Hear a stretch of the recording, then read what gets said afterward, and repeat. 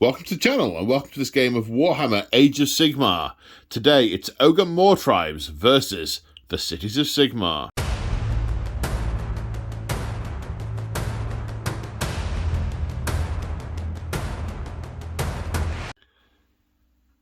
Today on the channel we return to the Siege of Excelsis. For those of you who haven't seen the earlier parts, you don't have to watch them to watch this. This is a standalone game, but it is an ongoing story that leads up to the events of the Siege of Excelsis and then later on the siege itself. So what are we looking at today? Well, today is 4,000 points of Ogre Mawtribes versus 4,000 points of Cities of Sigmar with Stormcast Eternal allies. So the story today, the Blood Gullet Ogre Mawtribe are on the Mort path. Traditionally, what happens with the Mawtribes is they have a gut fort, which is their main fortification, and then periodically, well, by periodically, really quite very often, they go on the Mort path, which are sort of migratory rampages where they go out, find everything to kill and eat, and then bring it back to the gut fort for a massive, massive feast. And as they do this more and more, they have to go further and further afield. And they are currently, their activity is energized. It's enhanced. They're feeling the drumbeat. The beating heart of Gur is driving them on to feats of even more destructive and bestial nature. A strange new power has awoken in the heartland of Gur, a drumbeat, a heartbeat of aggression and savagery that is touching man and beast, who are all hearing its call. The increased savagery and rampage of this Moorpath has not gone unnoticed, and the forces of the Free Guilds, the Cities of Sigmar, and their Stormcast Eternal allies have been mustered and sent out to put it down before they consume all the settlements, all the people, and all the resources that lay in their path. I'm joined on the channel today by Make the Machine! Say hi, Make the Machine! Hi, Make the Machine! So, you've brought your Cities of Sigmar today. Yes, for my second game with them. Yeah, 4,000 points of... About 4. I think it's 3,930, something like that. Right, Close okay. enough. Close enough for government work. Yeah, okay. So this is your second game with them. Yes. The first game was against my Skaven a few months back, wasn't it? That was good fun. I think that's up on YouTube as well somewhere. That should be about. That was a lot of fun. That was a lot of fun. So you've got all your stuff with a bunch of Stormcast to get it up to 4,000. Yeah. I have got almost all my Ogre Mawtribes, which I have never used before. So this was my Warhammer Fantasy Battle Ogre Kingdoms army. Okay. I rebased it all over the summer. It's now my Ogre Mawtribes army. Spot on. And I've had to leave out my 10 saber tusks to get it down to 4,000 points. But it's very hero heavy, and I've no idea how to use any of them or what the rules do or anything. So bit like me with my army. Then. Yeah. Expect mistakes. There will be mistakes. Yeah. It's funny because it'll happen. So on camera. On camera. So based on the fact that we have large armies that neither of us know, we're going to keep the scenario very simple. So if we're using the Season of War Thondia, because we're in Gur, we're going to do deployment map 4. So our territories are either side of the battlefield. And we're going to play Field of Glory victory conditions. One objective in the centre of the battlefield, one in each territory. We're both happy with where all of the objectives are, so it doesn't matter which side each of us gets, because we're happy with it as is. We're not going to use the ruses, we're not going to use the twists. We're not going to... No. The only thing that we can potentially use is... Not that page. Ah, panic. Found them. Well, you're going to use the Realm Sphere magic. So every wizard has access to the Metamorphosis spell, which we'll cover if we use it. And and we each have an additional command ability that we have access to, which is Feral Roar. Short version is monster counts as if they have not suffered any wounds when they receive the order. They sort of bellow, ignore the fact their kidneys are falling out, and charge forward like a maddened beast. So, simple game with very few complicated... Oh, so the victory conditions. So 3 objectives. Major victory is you need to control all 3 objectives at the end of the game.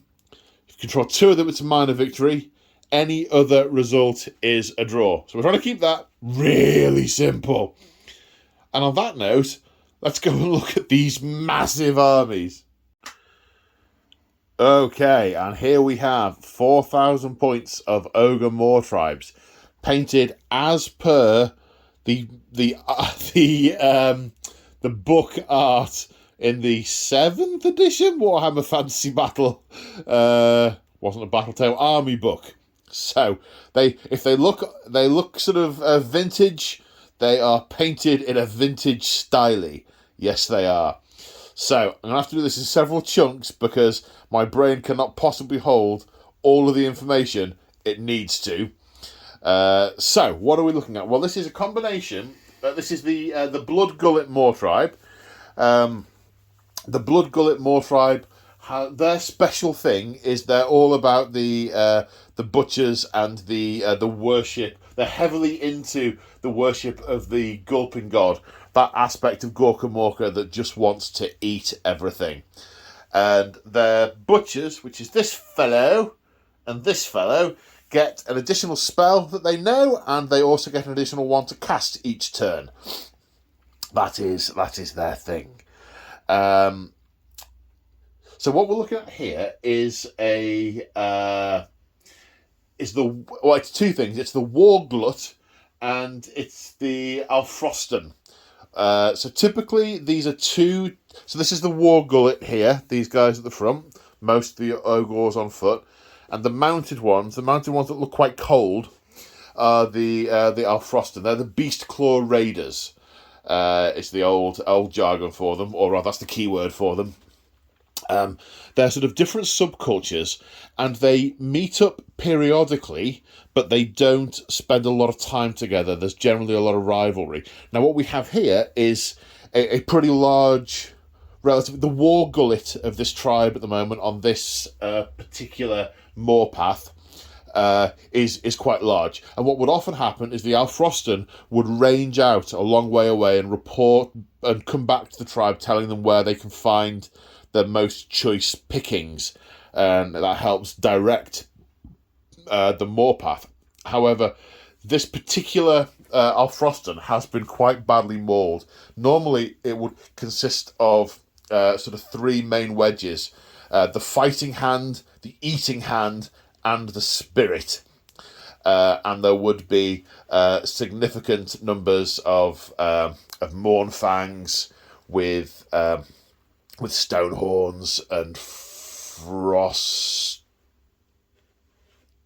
creatures and yetis and hunters and all that stuff. But this lot has been very badly mauled, and they are significantly reduced in number. So they have come back to the main Moor Gullet for a time to rebuild their numbers to then strike out again on their own. In other words, when I put the army together, they weren't a separate thing. They were one army, but in the AOS world, they're 2 separate things, and it just so happens that I had pretty much one of them well fleshed out, the other one not so much. So that is a piece of future work to flesh out the Beastclaw Raiders to be all to their 3 things. But for the time being, they are reduced in number and are with the rest of the Moor tribe. They have joined the Gutbuster War Glut on the rampage. They're still doing the scouting thing for them, but more closely tied. So, second off, the generic army traits of the Ogre Mawtribes. So, they are ravenous brutes. At any point in time, they are either hungry or they're feeding. If they're more than 3 inches away from enemy models, they're hungry, which gives them +2 to their movement. If they're within 3 inches of enemy models, they're feeding, which gives them +2 to their bravery.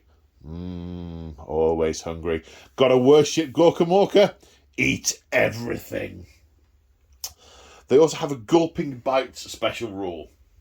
At the end of the combat phase, roll a d6 for each enemy unit within 3 inches of a gutbuster unit, so part of this part of the army. And on a 4+, the unit takes d3 mortal wounds. As whilst they're fighting, they just take some bites out of the enemy. They have the might makes right rule, which is to do with holding objectives. Each Ogor counts as 2 models. Each hero counts as 5 models. Each monster counts as 10 models. They have the trampling charge rule. Now, this has the potential to be pretty nasty. Although, kinda. So when they complete a charge, pick an enemy unit within 1 inches, then roll a number of d6 equal to the charge roll. So if you roll 8 as your charge roll 8d6. For every 6 you roll, the unit takes a mortal wound. It's not quite as bad as Stormcast Eternals, where it's every 4 you roll, it's a mortal wound. But monsters get +2 to the roll. So there's potential for a decent amount, for some mortal wound output, and with a good fist of dice, there's potential for quite a bit. Then there is the Grasp of the Everwinter. The Beastclaw Raiders, every time they turn onto the wrong page in their notebook, hang on.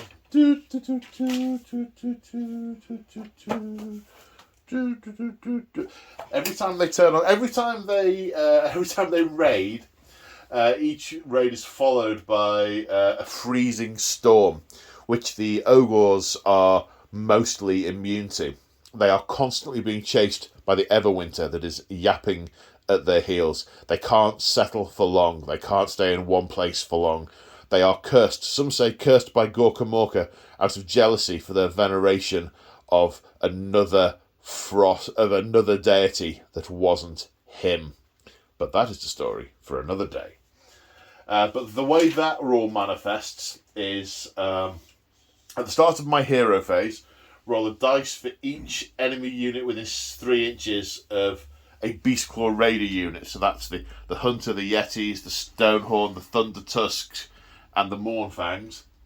And if the roll is equal to or less than the current battle round, then the unit takes d3 mortal wounds.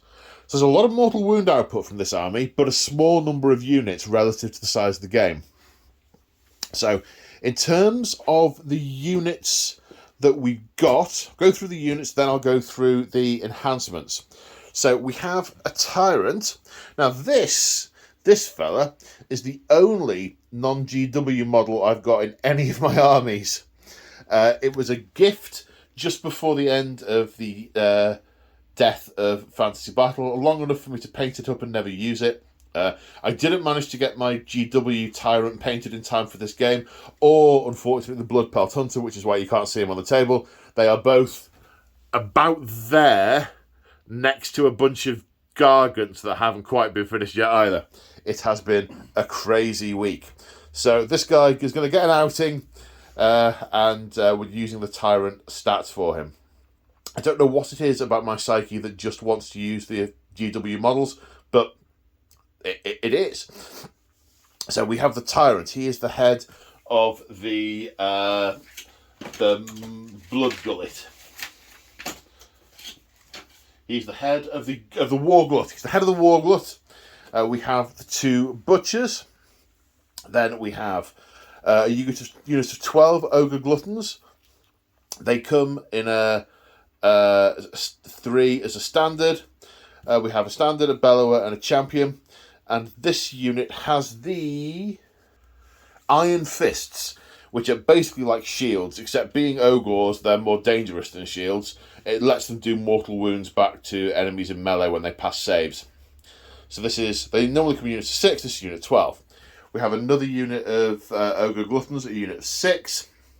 Again, champion, bellower, and thingy. And standard bearer, these have 2 weapons rather than the other. We have a Noblar scrap launcher. This particular the Ogres are followed around by Noblars everywhere. They're a particularly vicious and unpleasant breed of goblin, breed of grot. There aren't any packs with this Moorpath at the minute. This Warglut at the minute. I'll get it eventually. This Warglut at the minute. But the ones that are with them are mounted on this scrap launcher. The rest have run to hide. Then we have the Iron Blaster, which is a massive, massive cannon on a sort of chariot pulled by a Rhinox. 2 units of lead belchers, 2 units of 4 lead belchers. Cannon stuffed with all kinds of gubbins that are then fired at the enemy. We have a unit of 8 Iron Guts. With a Rune Maw, a champion, and a bellower, musician. Then we have some of the outcasts. The Firebelly worships the Fire Mountain. I forget I said that. The Fire Mountain was Fantasy Battle. He worships the aspect of Ogre Mawtribes that is the Sun Eater. When the sun disappears from the sky, Ogre Mawtribes has eaten it. And then we have a Gorger, who is basically a mutant who follows them around and just lives on... he's an outcast. We don't like to talk about the Gorgers. They're... No, we don't like to talk about the Gorgers. Then with the Beastclaw Raiders, we have an Icebow Hunter with a javelin, giant spear thing. Unfortunately, his pack of saber tusks was slain in their previous troubles, so it's not with him today. They're 400 points. I couldn't fit him in. Then we have a unit of 4 Mournfangs, also with Iron Fists, musician, standard bearer, and champion. We have a Huskard on Stonehorn. We have a pack of Icefall Yetis. And then Thundertusk Beast Riders. Back in the day, there were only 2 configurations. Obviously, it's the same kit, these two. It's the same kit with different build options. The only ways you were told to build it were, that was your Tyrant. I think it was a Tyrant on... Sorry, brief interlude there for Amazon delivery. There were only these 2 configurations you could build them with. But now I think there's about 6. Basically, I think the kits were always interchangeable. But they've sort of gone, we can do all sorts of different things with this. And indeed they have. So yes, that's all of it. That's all of what everything is. I won't go into everything that everything does, because I'll be finding out along with you when I read the card at the start of each turn, when I think, what am I going to do with this now? So I'll go through that at the time. What I will go through are the traits. So the Tyrant, his command trait is Killer Reputation, and that lets him pick 2 big names. The Tyrants have big names. They normally get 1. This lets him get 3. So he is Death Cheater, which gives him a 5+ ward save. But he's also Brawler Guts, which means he's treated as a monster for trampling charge. So when he's rolling his D6 after he's made a charge, he'll be doing mortal wounds on a 4+, not a 6+. He has the artifact, the Fang of Gur. That makes his Beast Skewer Glaive, which I guess is that sword, -3 rend rather than -1. The Huskard on the Stonehorn, back here, who is a priest. He has obviously some prayers on his card, as well as the standard ones. But in addition, he has Pulverizing Hailstorm, which is pick a point on the battlefield within 18 inches, and units within 3 inches can take mortal wounds. His mount trait is Metal Cruncher. If he's within 3 inches of either a war machine or a unit with a 1, 2, or 3 plus save at the start of the combat phase, I'll need to check when this happens. That unit takes D6 mortal wounds as he just chows down on the metal. Ha ha ha ha! Right, the Fire Belly. In addition to the spell on his card, he also has Fiery Whirlwind. I'm going to go through the details of these when we get to them. The Butcher with the Mallet, because he has extra spells, has the one on his card, as well as Molten Entrails and Greasy Deluge. These things have got awesome narrative descriptions in the book. And this Butcher has Blood Feast and Blubber Grub Stench. So, don't know what any of that means, and I'll be finding out as long with you as we play. Let's go and look at the cities of Sigmar. And here we have 4,000 points of cities of Sigmar with Stormcast Eternal allies. And wow, this is intimidating. We've just done a head count. There's 145 models here against my 54. Wow. I mean, there's all sorts. I mean, we've got, I don't know where to start. We have got Stormcast Eternals, the Hammers of Sigmar, over here. We've got, oh God, where are they all? We've got an Ironwell contingent with a steam tank, a cogsmith, an organ gun, gyrocopters. We've got Collegiate Arcanum Wizard. We've got free guild regiments. Then we've got Dispossessed. We've got Longbeards. We've got Thunderers. We've got Lightning. It's very, very frightening for me. Good ad-libbing. I like that. And obviously we have the General on the Griffin.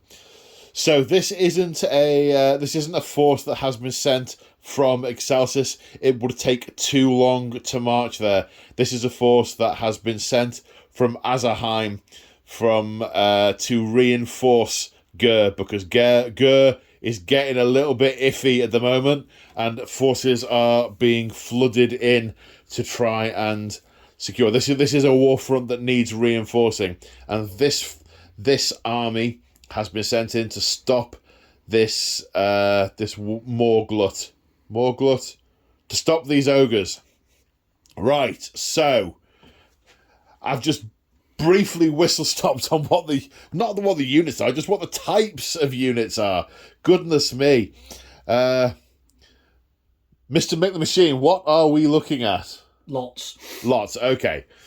Right, so let's do the Dwarden, shall we? Let's do the Dwarden. Yep. Well, actually, first of all, so this is a Hammerhall Akshi army. That's what we're using.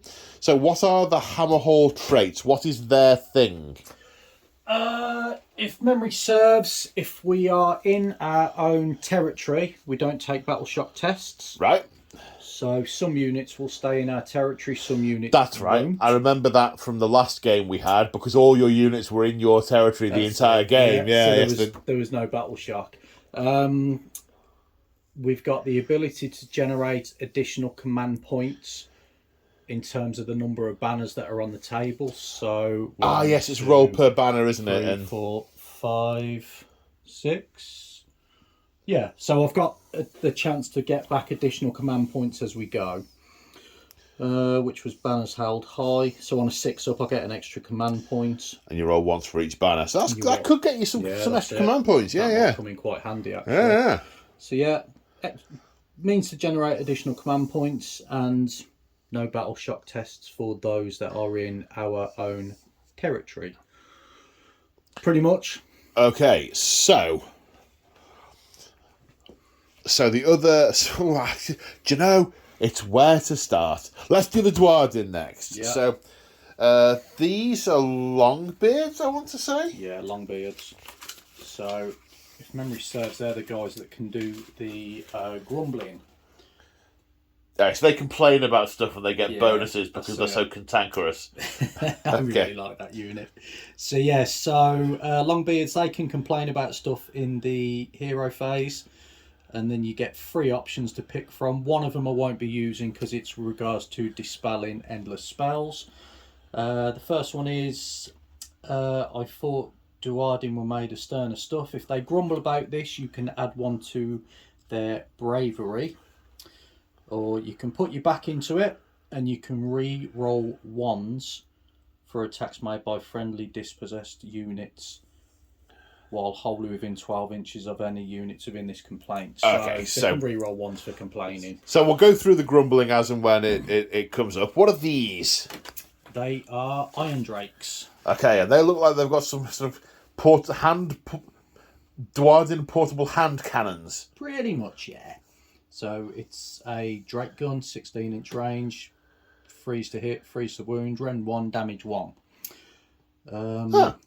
I do believe if they stand still, though, they get to add 1 to hit rolls. But I might have to double check and confirm that. Well, check that as and when it comes up. Then, are these hammerers? What are they called? They are hammers, yeah. Hammers. So, yeah, hammers, just a little unit of 10, nearly said squad. Just a little unit of 10, 2 attacks each, freeze to hit, free to wound, rend 1 and damage 1. Unmodified 6s. Do mortals. Do mortals, yeah. Okie doke. There's actually quite a bit of mortal wound output for some of these guys. And that's going to be really good against my ogres. Yeah, I think it would help. So long as I roll 6s. Okay, so you've got a runesmith by the looks of it. Yep. Which, let's grab my phone for. Whilst you're looking that up. So, of course, the cogsmith, whilst he is a Duardin, isn't one of the dispossessed. He hasn't spent the intervening hundreds of years with his kin in their new holds in Azerheim. No, he's been in Ironweld workshops building stuff, dwarf machinery. So he's an Ironweld model. He is not a dispossessed model. But the runesmith. So he's just got the prayer heal. So casting value 3. If it's answered, pick a friendly model within range and visible to this character and heal up to D3 wounds on them, pretty much. Okay. So, but he also gets an extra prayer, of course, because he's a priest. Have you selected an extra prayer? Not yet, because I didn't realise he got an extra one.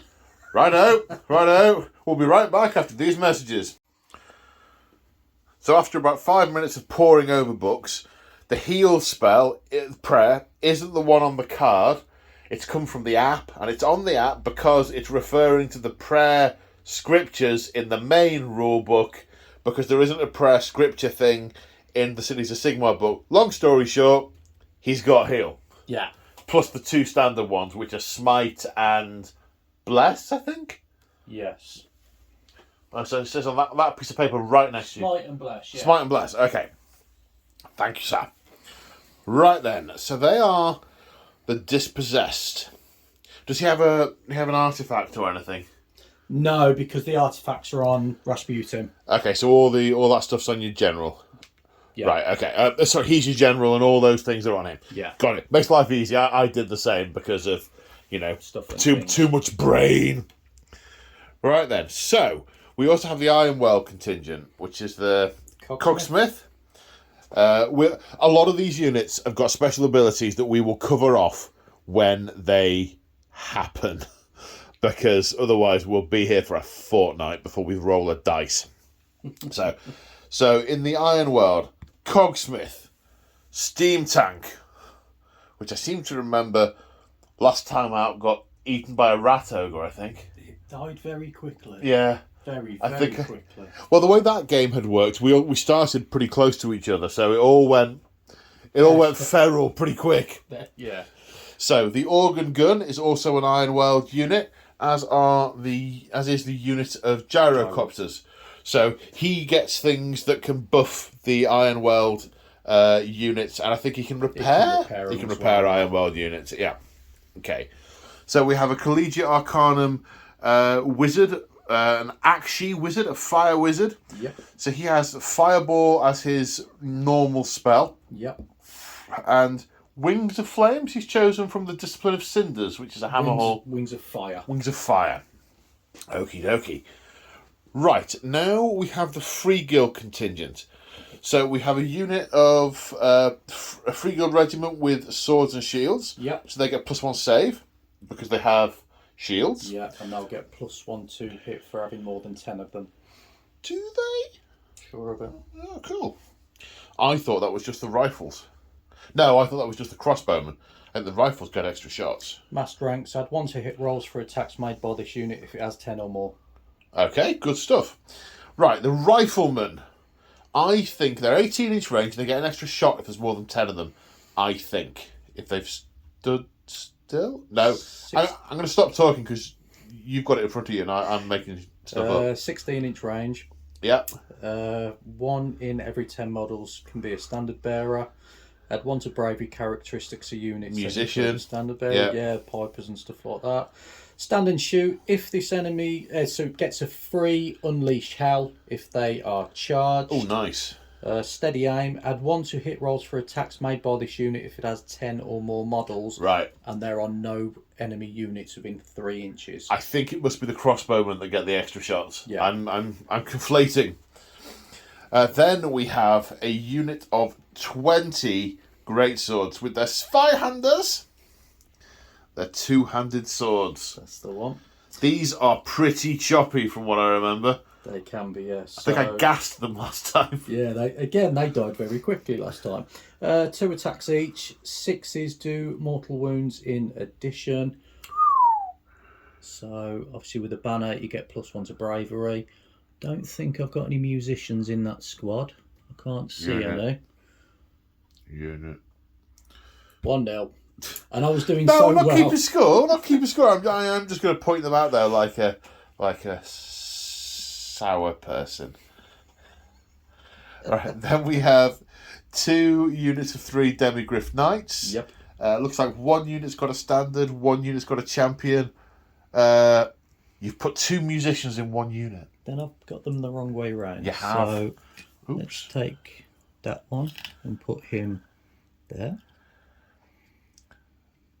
The musicians, the pipe is actually built into the shield of the thing. I've just assembled some of these for my Free Guild army.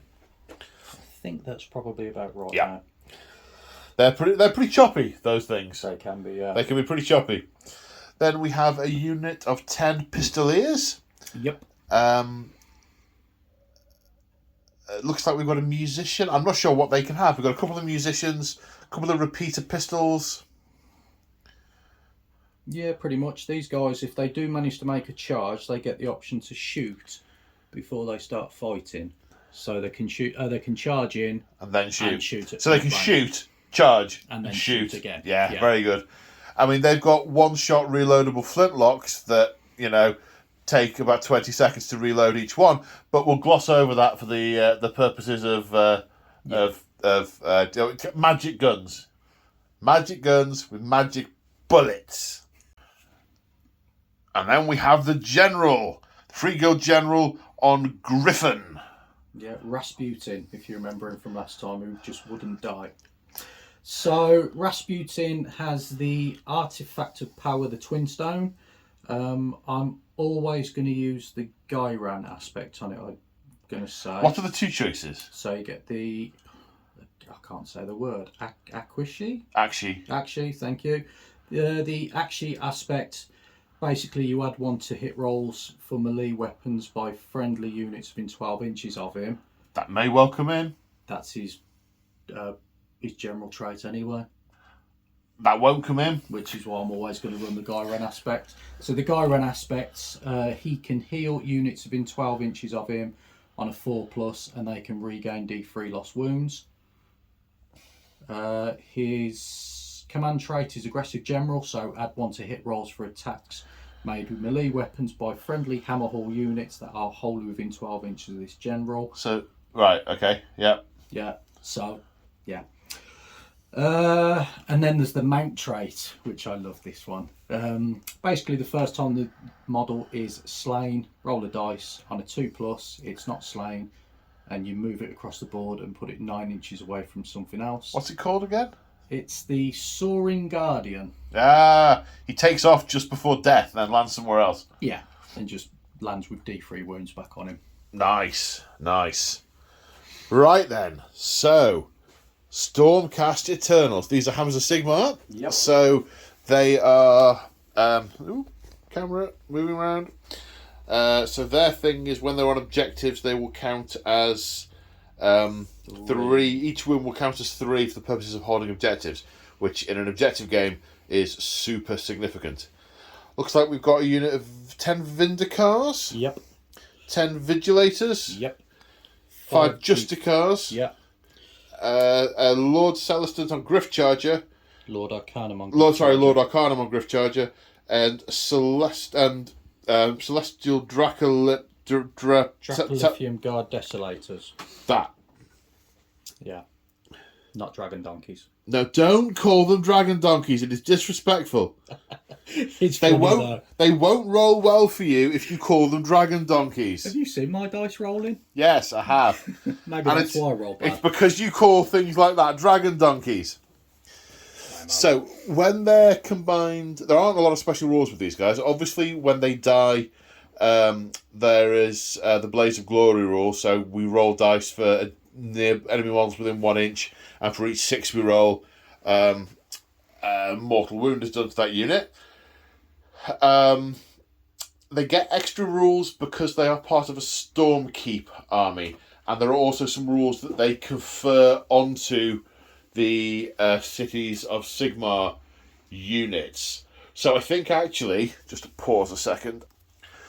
So technically, that because this is a Cities of Sigmar army, these are allies to the Cities of Sigmar. So there are a number of rules in the Stormcast Eternal book that wouldn't apply because they are battle traits, but it makes no sense to us to not apply them in this scenario because they're Stormcast Eternals. It's what they do and it's what their presence gives. So, and those rules, briefly speaking, are any Redeemer units in the Stormkeep give +1 bravery to the nearby Cities of Sigmar units that are wholly within 12 inches. And if any Redeemer unit is on an objective and gets charged, there is potential for it to do mortal wounds to the charging unit. And we will cover that as and when it occurs. I think the only Redeemer unit is this one. Sounds about right, yeah. We'll check the keywords on that to see how that goes. What spells have you got for your Lord Arcanums on Griffcharger? 2 seconds, I will tell you. So the Justicars have got. So, go on then. yeah, Twin-tailed Comet. It's a 7-up. Pick 1 enemy unit within 18 inches of the caster, then it's visible to them. Can do D3 mortal wounds on them. If the unit has 10 or more models, it's D6 mortal wounds. Right, okay. But does have an ability.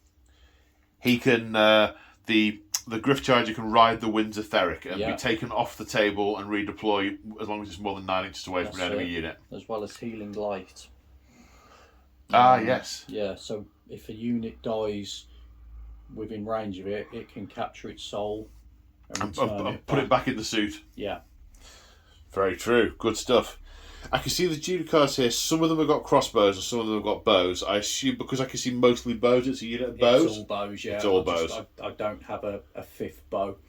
Yeah. So I can run that one as a special bow, but I'm not going to because it's just going to break my mind a little bit more today. Okay. So they're all bows, 24-inch range, 6 is to hit, is a mortal wound. Okay. The Vigilators have got some special stuff. If they shoot at an enemy unit, they can basically mark it for incoming fire, and the other Stormcast Eternals get pluses to hit against it. Yep. I don't know what the Desolators do. What's their thing?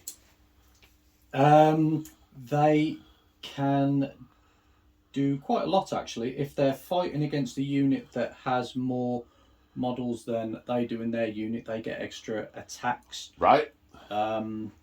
The unit itself has basically got a shoot attack that it can do. It's only about 12-inch range, but it's got the potential to do mortal wounds. Ah, yeah, that's because it's a Dracolith. It's a dragon thing. Yeah. Flaming on things. Yeah. So, yeah, they normally die very quickly. Well, every time I've faced them, you've fed them to me, so... That's what they're there for, isn't it? Well, no! The noble Dracolines! They're... Oh, dear me. It's going to be one of them days, isn't it? I think we need to go on to deployment before I start weeping into my cornflakes. Plus, I'd have to go and get some cornflakes. And here we are after deployment. It looks glorious. Neither of us can decide who is or should be the most scared of the other. So, looking at the Cities of Sigmar deployment, we have all the Duardin of the Dispossessed on this side, with the Pistolier Outriders of the Free Guild. Then we have General Rasputin and his Demigriff Knights, and a solid knot of 20 Stormcast Eternals in the centre, backed up by the Ironworld, Steam Tank and Gyrocopters.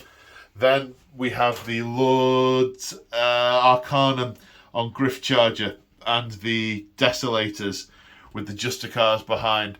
The Ironworld Organ Gun with the Great Swords following in the wake of the Desolators. Then over here on their home objective, we have the Free Guild regiments, the 20 swordsmen, the 20 riflemen, and the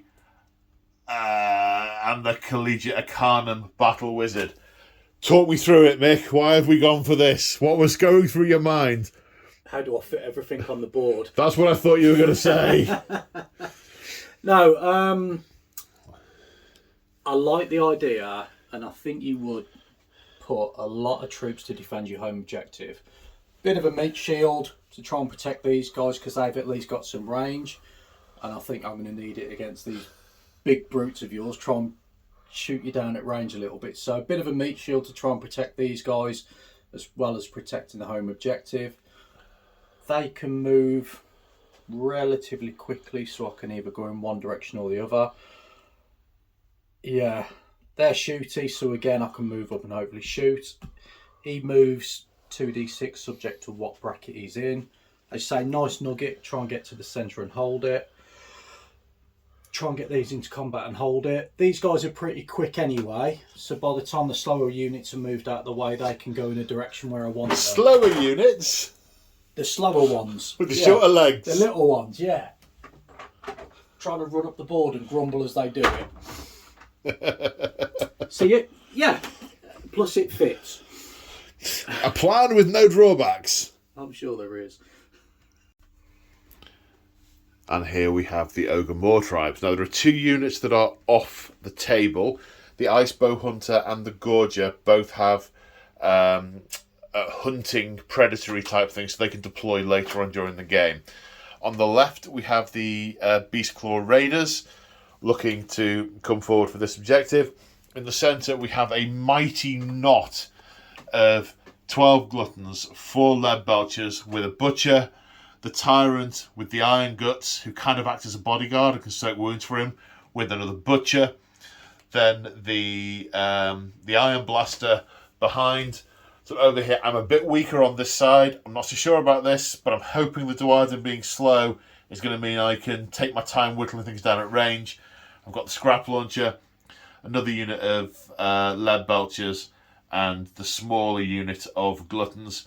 In theory, the Iron Blaster can come this way if I need it to. Equally over here, the Stonehorn can go in both directions if needed. And we have roughly got the same number of wounds on the table. We added this up as 145 models here, but 30 odd of them have 2 wounds each. Yep. Plus, these have got quite a lot of wounds each. These have got 2 wounds each. You've got a roughly 200 plus wounds, I'd say, on the table. Well, I've got 52 ogres, or was it 56? 50 odd ogres, and by and large, they're 4 wounds each. So we've roughly got the same number, which I think is quite nice. That kind of, the system works. Right, So we need to prime ourselves with dice. So time to see who takes the first turn in battle round 1. Good luck, sir. And to you. Do I want the first turn or not?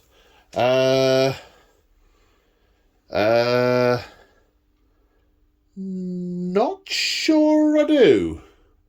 To be quite honest, I think I will go... I might regret this. I think I will go second in battle round 1 and let you take first turn. So, Cities of Sigmar, turn 1. So at the end of the hero phase, we both attempted heroic leadership. The Free Guild General did not generate a command point. The Tyrant did. The Runesmith attempted to bless the Pistoliers, but failed. Then over here, the Lord Arcanum cast Mystic Shield on the Desolators, and the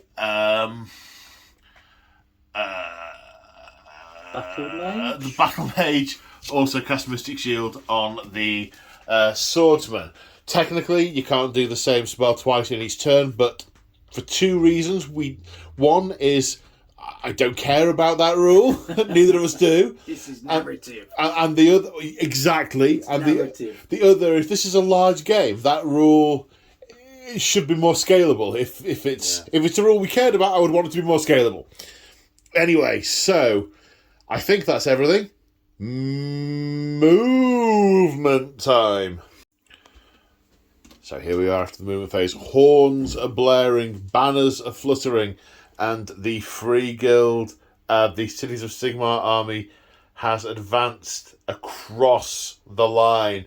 This is gorgeous, wonderful, and also pant-changingly scary. So we've had running all over here. I don't think the General or the Demigriffs did. The Stormcast did to get further forward. The Copters just moved, and one of them is in range to shoot. The Steam Tank rolled 7 and crested the corner of that obstacle and is in range to shoot. The Judicar's not in range. The Dominators... Was it Dominators? Great swords. Them ones. So, well, these ones. Oh, Draconian... Decimators. Desolators. The Desolators or Decimators? Desolators. The Desolators, being a little bit cagey, not wanting to come too far forward for fear of getting countercharged, although have they come too far forward anyway? We shall see. The Greyswords running forward, ready for chopping with the Spyhanders, and the 2 regiments over here moving forward to get some distance, some protection on that objective. The Wizard following them up, Battle Mage, and the Organ Gun being dragged as quickly as it can around that obstacle to get line of sight for future shootings. So, do you know what you're actually going to shoot at? This is a unit. That unit. I mean, the lead belchers. Yeah. Okay, so the Gyrocopter. So 4 attacks, hitting on 4s. 1. Wounding on. Freeze. And it does wound. Yep. AP rend. Rend 1, damage 1. Rend 1. Save 5+, down to 6.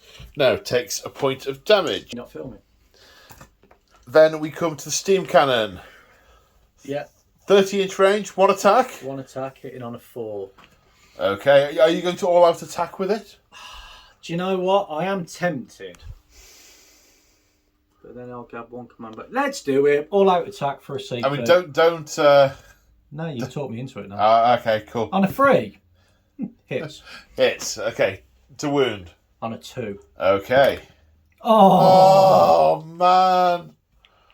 Oh. What other gun does it have? Is there anything else that's in range? It's got a long rifle, I believe. Yeah, long rifle, 30-inch range, 1 attack. Hits on a 3, so that'll now be on a 2. Yep. Oh. I don't like these dice. That's it, yeah? Yeah, that's all the shoots I got. Okay, so no charges either, I don't think. No battle shot, because no one died. So you've done a wound to me in your first turn. That's first turn for you in AOS, isn't it? Yeah. That is first turn. Speaking of which, Ogor's turn 1. So, in the hero phase, the Free Guild General generated a command point for his heroic action.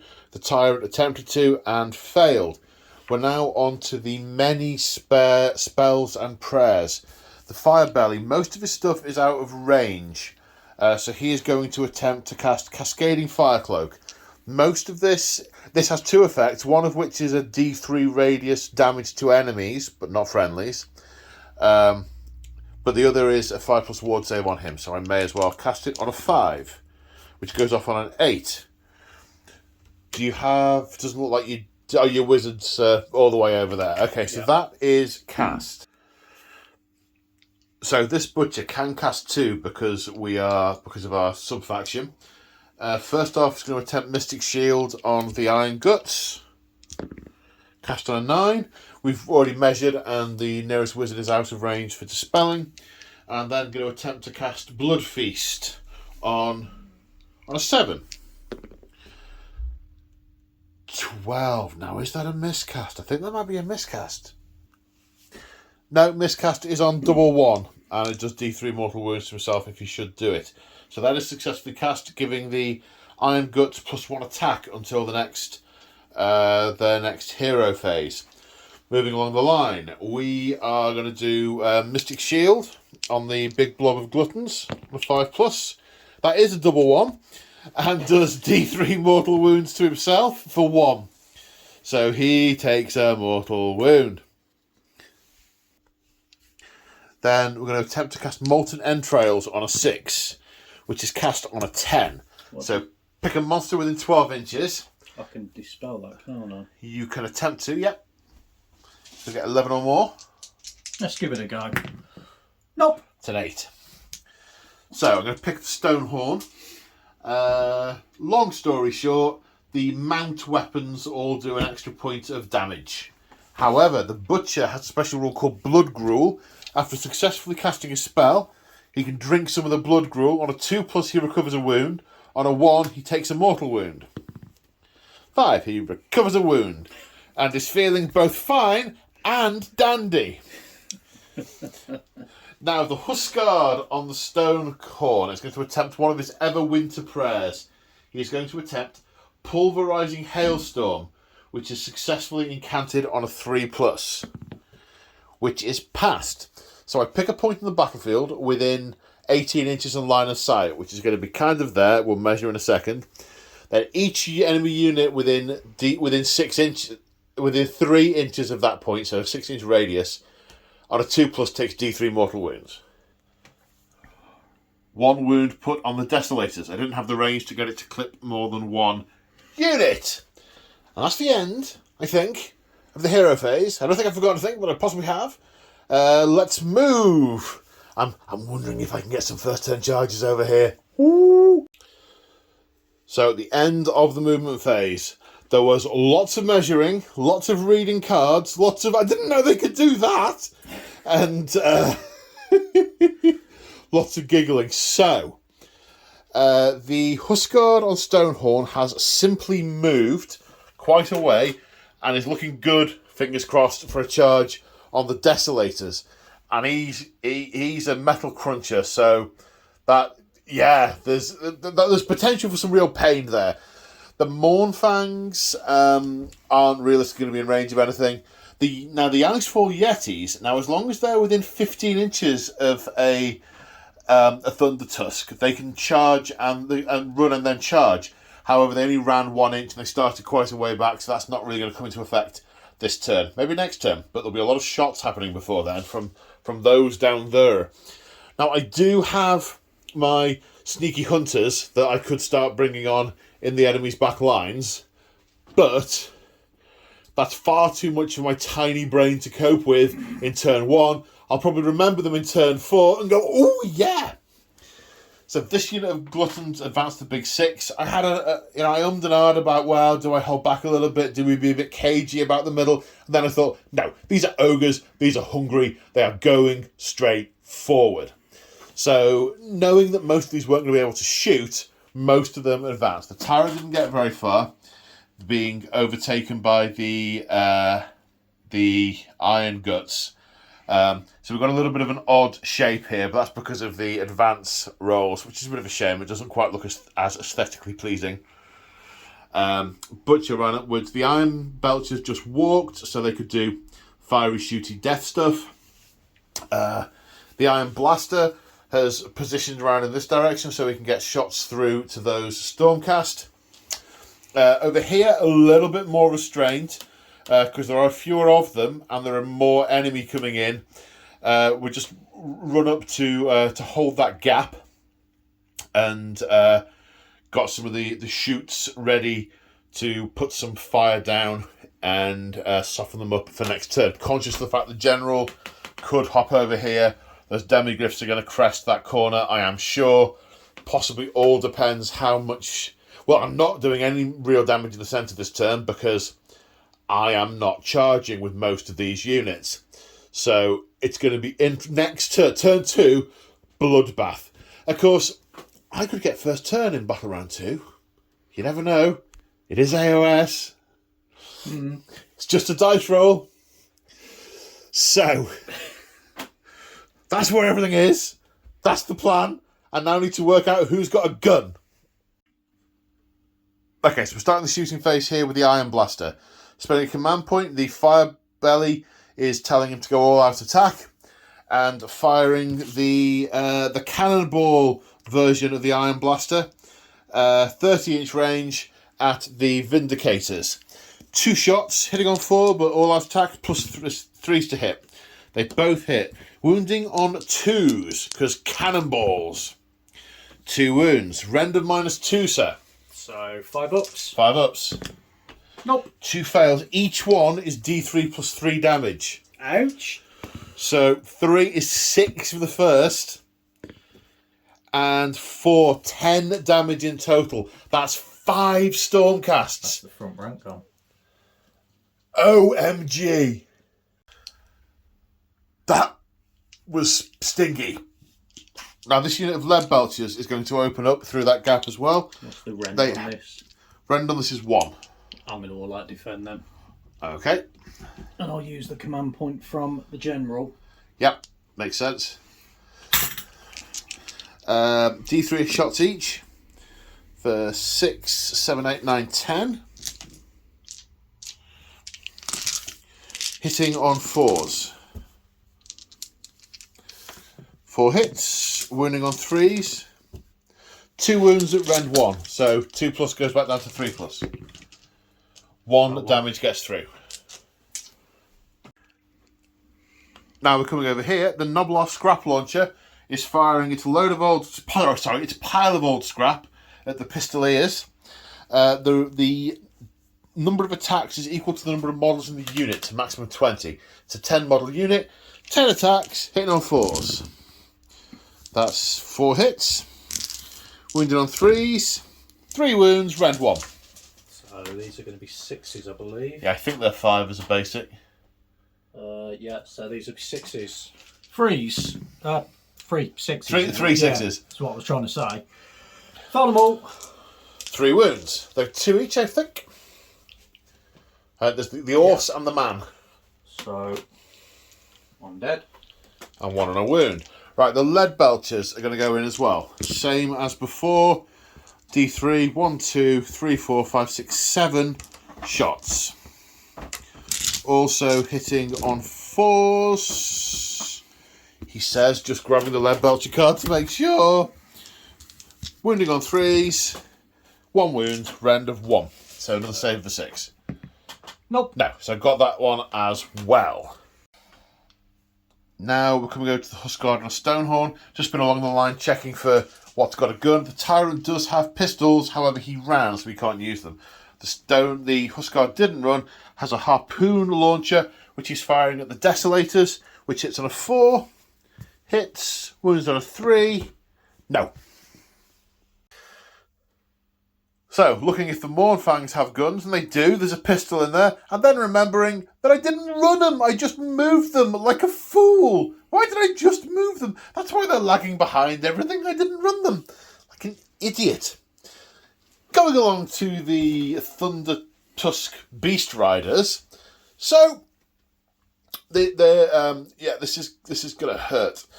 So, back in the day, the Thunder Tusk used to be able to sort of bellow ice and have it hit the enemy and so on.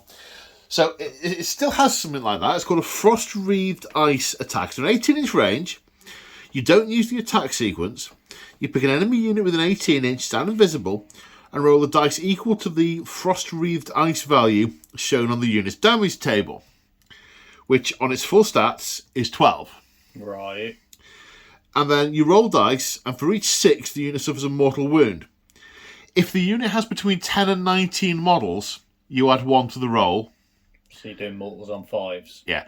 If it has 20 or more models, you add 2 to the roll. So you're doing Mortals on 4s. So it's 12 dice, 4 mortal wounds on a 4+, as it gets very, very cold for those guys. The harpoon launcher is, they can see a fire wizard back there because these things have flames wreathing them and protecting them. So the harpoon launcher is going to fire at the fire wizard and take the -1 for look out, sir. Yeah. So the harpoon will hit on a 5 because of look out, sir. It's a 30-inch range, so it's well within. Hits on a 6. Wounds on a 3. Yes. Rend of 1. I don't think they have a save. I'm just double checking. Nope. No save. So it's D3 damage. Okay. For 1. He takes a point of damage. So that's the slightly less stingy thing. The Frost-Wreathed Ice, there are 20 guys in that unit. So on 4+, they take mortal wounds.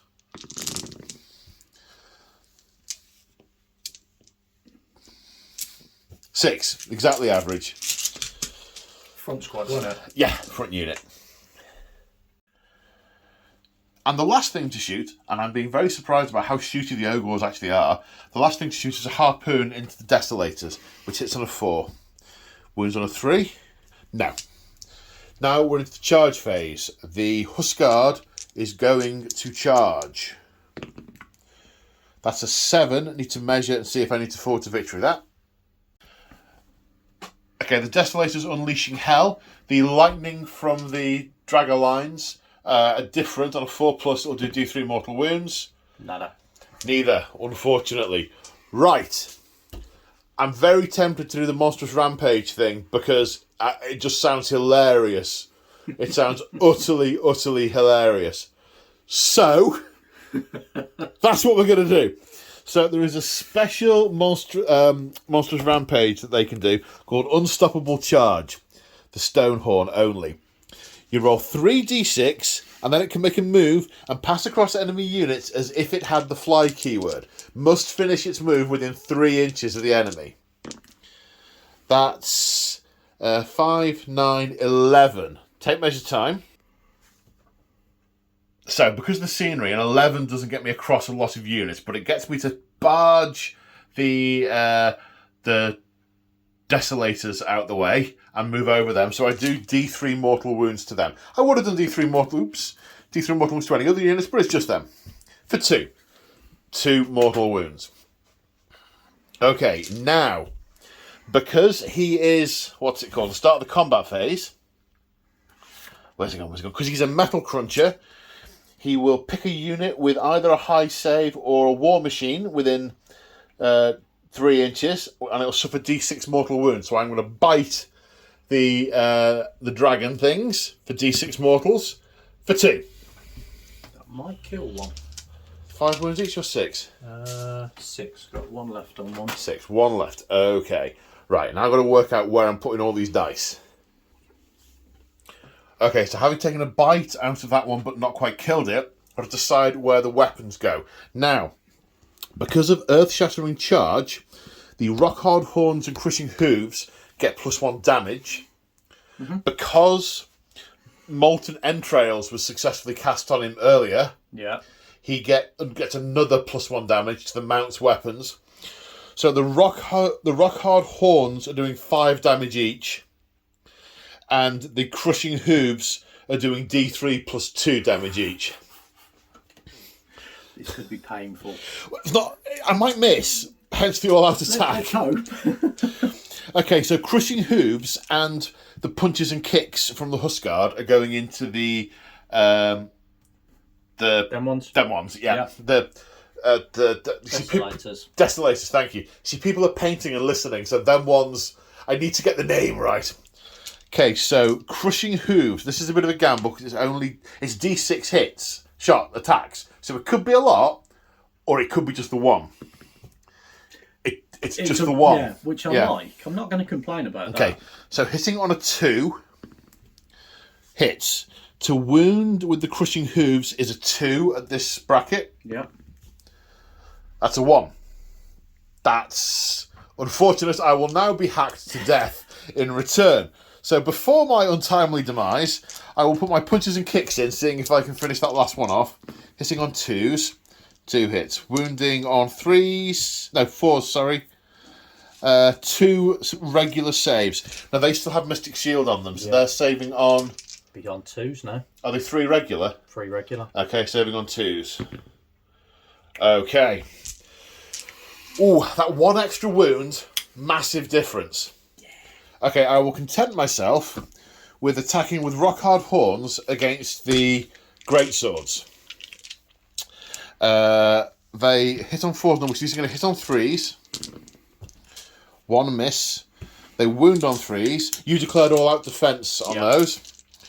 Wounding on 3s. So that's 4 wounds at -2. So that's 4 plus save plus 1 minus 2 is 5 plus. You pass 1 of them, fail 3. That's 15 damage. Yeah, I've got 5 left. Yeah. Right, where do... There'll now be a brief pause for some scraping up of greatswords. Okay, so now it's the Cities of Sigmar attacks back. We've piled in for aesthetic effect, even though technically it's a little bit out of sequence, but that's not a problem. So the greatswords, seeing the stone horn trample through this way, have surged forward. The ones at the front being decimated by these massive horns going left or right, the others climbing over the bodies of their fallen brethren. 2 attacks each, plus 1 for the champion. Hitting on... Freeze. 6s do mortal wounds in addition. So 2 mortals. So 2 mortal wounds. Then the Spyhander wounds on... Freeze. 1, 2, 3, 4. Rend of... 1. Rend of 1. Save of 4, so saving on 5s. No, 4 go through. 1 damage? 1 damage. Okay, we have a ward save of 5+ because of the stone skeleton. 3 go through, so he has taken 3 damage from these guys. These guys.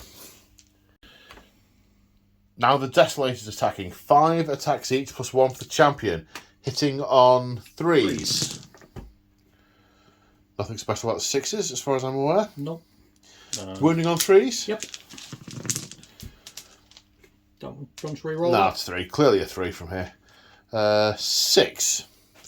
Rend 2. Rend 2, okay. 6 saves are 6+. No, 6 ward saves, 5+. 1, so 5 more damage, taking the total to 8. Then Claws and Fangs from the mounts. And freeze. And freeze again. 2, Rend 2, damage 2. Rend 2 saves are 6s. 1 save. Damage 2. So 4 ward saves of 5+. 4 more damage. To taking it to 12 damage in total. 2 more to go. Lord Arcanum. 4 attacks, hitting on freeze. Wounding on freeze. Only 1 at Rend 1, damage 2. Saving on a 5. Ward save of 5. Need 1 of them. No, he is brought low. Oh, really? Yep. Oh, I feel a little bit better now. I did say he was about to be hacked to death. So now we're in the battle shock phase. The great swords need inspiring presence to stay, and there are no command points with which to inspire. Ironically, because the Stormcaster nearby, but they've got a bravery of 7 or 8, I think. Bravery of 6 plus 1 for being next to the Stormcasts means that the 15 dead cannot be. Yeah, they are gone. Okay, so the Free Guild Guard lost 6. Each banner gives a bravery, adds plus 1 to the bravery. So, bravery of 7.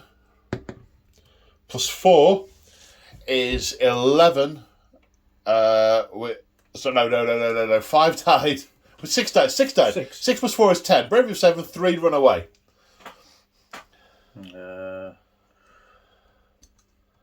That's your musician. Oh, okay. They're not charging. He ran away. Okay, this unit of Stormcasts. Yeah. It's probably 8, and they have does their banner give them a point of bravery? It does, yeah. So they're bravery 8 with a banner. So 9. 5, 6 died. They are fine. They are stalwart. And then I lost 2 in that squad. You did. They're probably bravery 5, no banner, or bravery 6, no banner. Bravery 5. They're fine. They are fine. No casualties in units that I still have. Yep, I absolutely threw the Stonehorn away. It was hilarious. I loved it. And I now have fewer stats to remember. Bit disappointed I didn't kill the unit of Dracoliths. I had hoped to kill those and the Greatsword and maybe survive, but it was great. 5 damage per attack. That was brutal. Ouch. That was absolutely brutal. So, at the end of the turn, we check to see if I've taken control of any objectives. I definitely control the central objective now. I also control the objective over here. So we're using the differing colours to show who is currently in control. Because the nice thing with AOS is that even if you move away from an objective, it remains yours. So now we are all to see who has priority in Battle Round 2. Good luck, sir. And to you. You win the roll. Do you wish to go first or second? You go first. Yeah, okay. I'll brace myself. So, hero phase. It is General Rasputin's finest hour. This turn, that's his heroic action. I've been debating whether or not to make it my Tyrant's finest hour just for the extra point of save, because there's potentially a lot of death that might be put his way. But I think he's probably going to shoot the ogres. He's probably going to want to kill the ogres, so I'm going to try and generate a command point, which I succeed in doing. So a command point on the Tyrant. Now, at the start of the command phase, the banners were raised high, and Mick rolled a dice for each Hammerhall banner he has on the table, and generated an extra 3 command points by getting 3 6s. So he has command points for days in this turn. Do they last the turn? Maybe we check this in a bit. If they last the turn or the battle round or what, we need to just check that. But so other stuff in the hero phase. So starting over here, the Rune Priest is going to attempt to bless on a 3+ to grant a ward save. Yes. That is, the prayer is answered, and is it the cavalryman, the pistoliers, or is it one of the other units? No, we'll go with them because they're going to be getting up close and personal with Okay, you're blessing the manlings.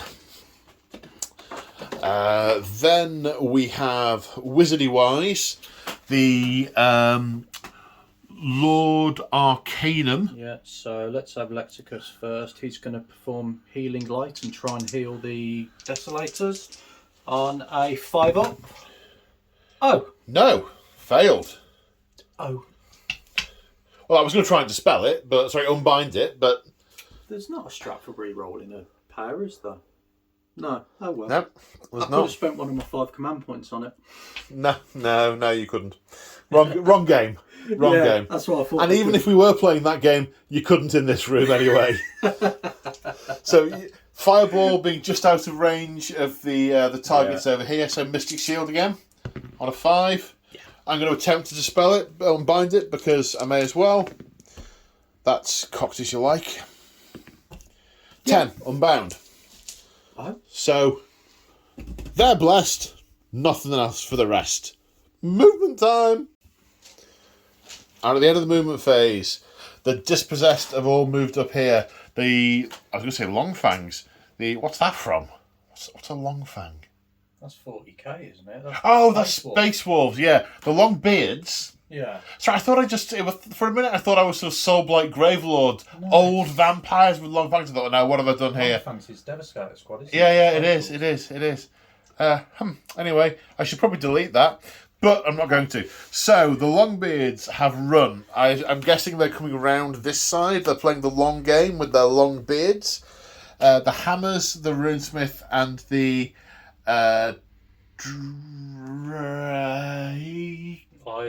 Iron Drakes have all moved. The Iron Drakes now being in range to fire at these Gluttons. The Pistoliers moving up as far as they can. However, they blocked the path for the Demigryph Knights, so the Demigryphs have diverted over here. Bit of an interesting quandary in the centre, because Rasputin started here, the Free Guild General, with his 15-inch move. There are a number of places he could potentially go, but not without getting within 3 inches of lots of enemy models. So he has flown sideways to position himself for an attack over here, whilst the Stormcasts have come into the centre to plug the gap, and all the Demigryphs have been rediverted in this direction. The idea being the units at the front can charge and move round to allow space for the other ones to get in.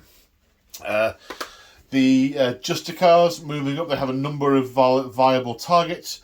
The Steam Tank struggling for line of sight and only got a 3 on his movement this turn.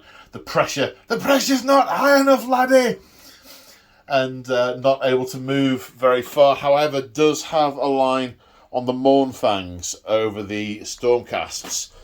Over here, it's very much a push to repel what's on this side of the line. A lot of these things are really nasty, and Mick really wants them dead.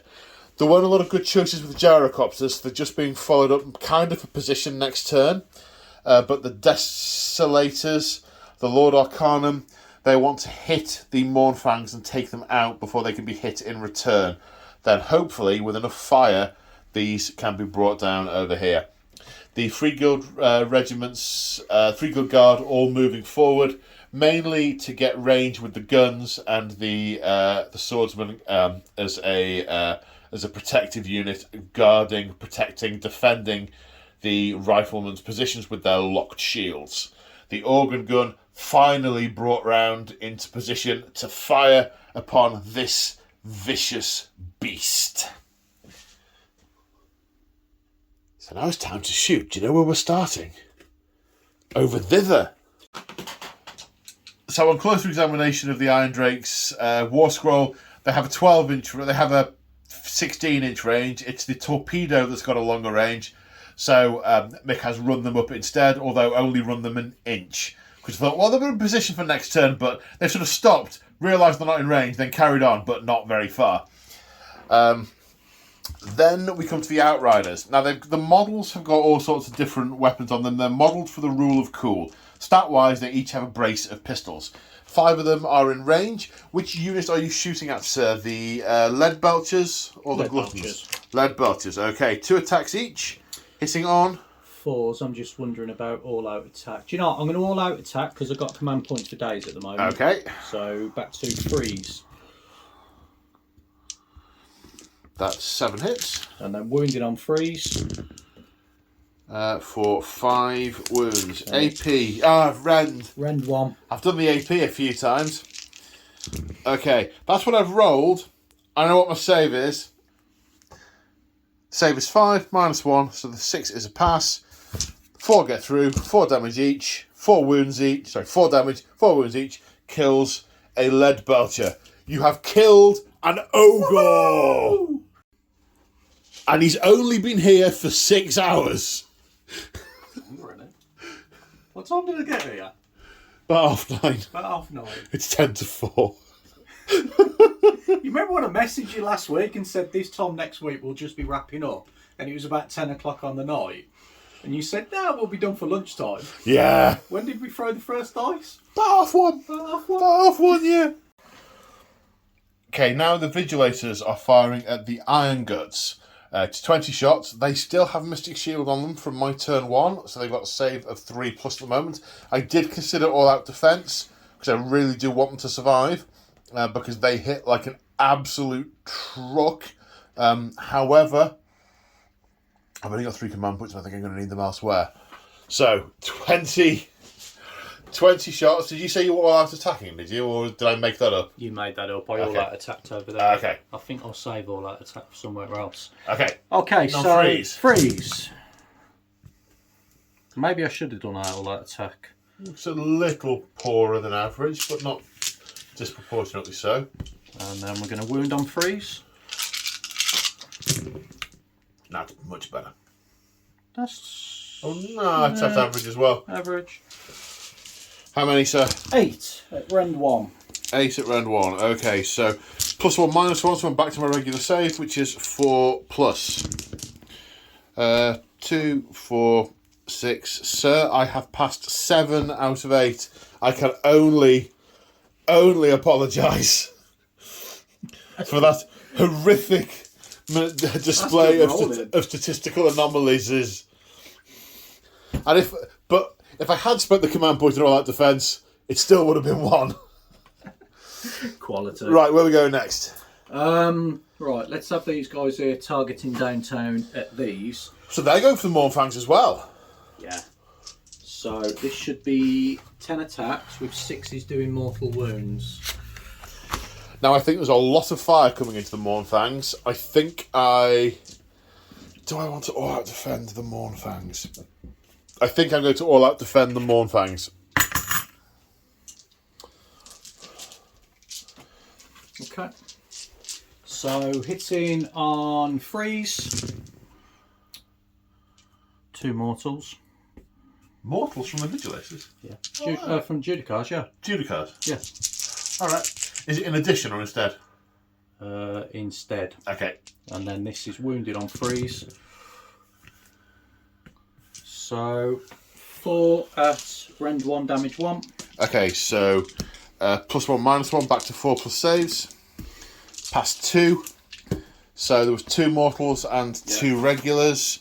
One of them has taken 4 wounds. Let's put it on you. 4 damage, I'd say. They have 6 each, sir. Okay, so let's go to me steam tank next. Yaha. There's too many cards. So, steam cannon hitting on a 4+. Yes. Hits. Wounding on 2. Oh, man. There was nearly a rude word. A rude word. Yeah. Oh. Being as he rolled a 1 last time. Yes, he did. Yeah. Yeah, I might scrap him. No, don't scrap him. Don't scrap him. He's taking up lots of valuable points in your army and doing nothing for you. I'm a big fan.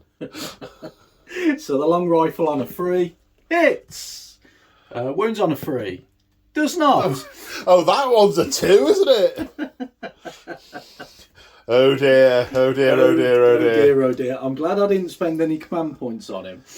You've got the lightning from the Dracolit. Yeah, why not? So 4 ups. 1 D3 For 2. Takes this to 6 damage and kills it. So let's have the 2 gyro bombers. Let's have them fire next because this will be 8 shots. I think it's 4s and 4s. I need to kill some more units to thin out your card herd. Right, we're going to pause here for a second. A slight pause for some organisation and shuffling later. Gyro bombers. Hitting 4 attacks each, hitting on 4s. 2. 2. Oh. The dice hate you today, mate. Well, so far, anyway. These dice hate me most of the time. Do you want to use different dice? I might get me DZ ones in a minute. Wounding on 3s. 2 get through. Ren 1 damage 1. 1 damage 1. So 4 plus 1 minus 1. Back to 4s. Pass 1, fail 1. A point of damage. What shooty have I got left? It's over here. Yeah, it's the organ gun and the rifles. So let's have the volley gun first. Let's just have a look at his profile. So the organ gun, the Hellblaster volley gun, why do I keep calling it an organ gun? Has an option for 3. You can roll up to 3 dice, depending on how many of the racks you're firing. If you roll a double, it kind of jams / explodes and does damage to itself and can't fire this turn. Mick is very keen to thin out the herd, so he's firing all 3 racks at the Thunder Tusk Beast Raiders, hoping to not get a double. It was 3 you were going to do, wasn't it? All 3? All 3. No doubles. 9 shots.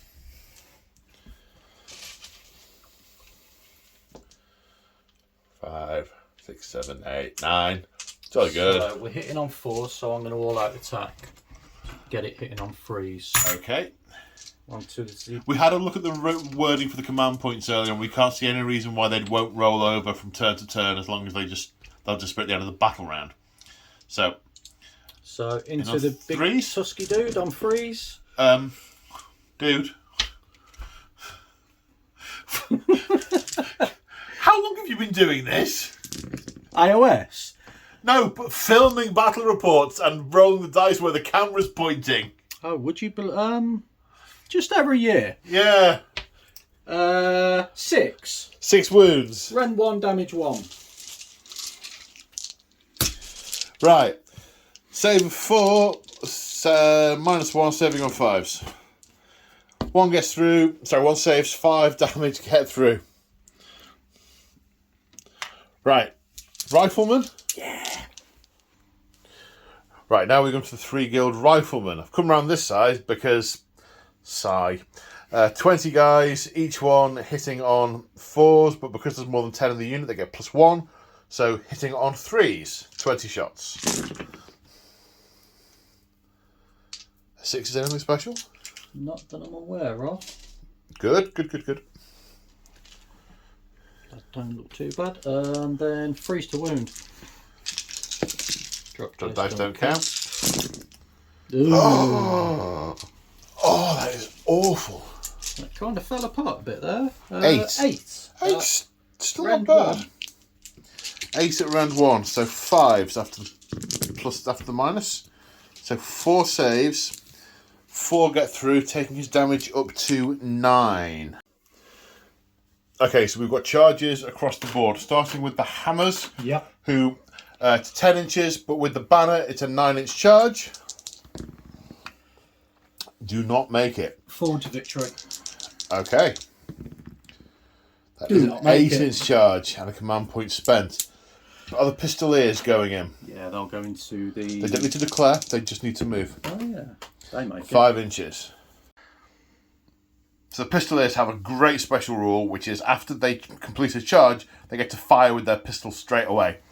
And there's 8 of them. So this is more shots than you got in the shooting phase. Yeah. 16 shots. Hitting on 4s. Oh my god! May I suggest you put your dice through a mincer? Tested.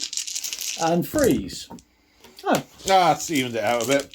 That was 1. 6 at round 1. Yeah, Ren 1 damage 1. Okay, saving on 6s. No.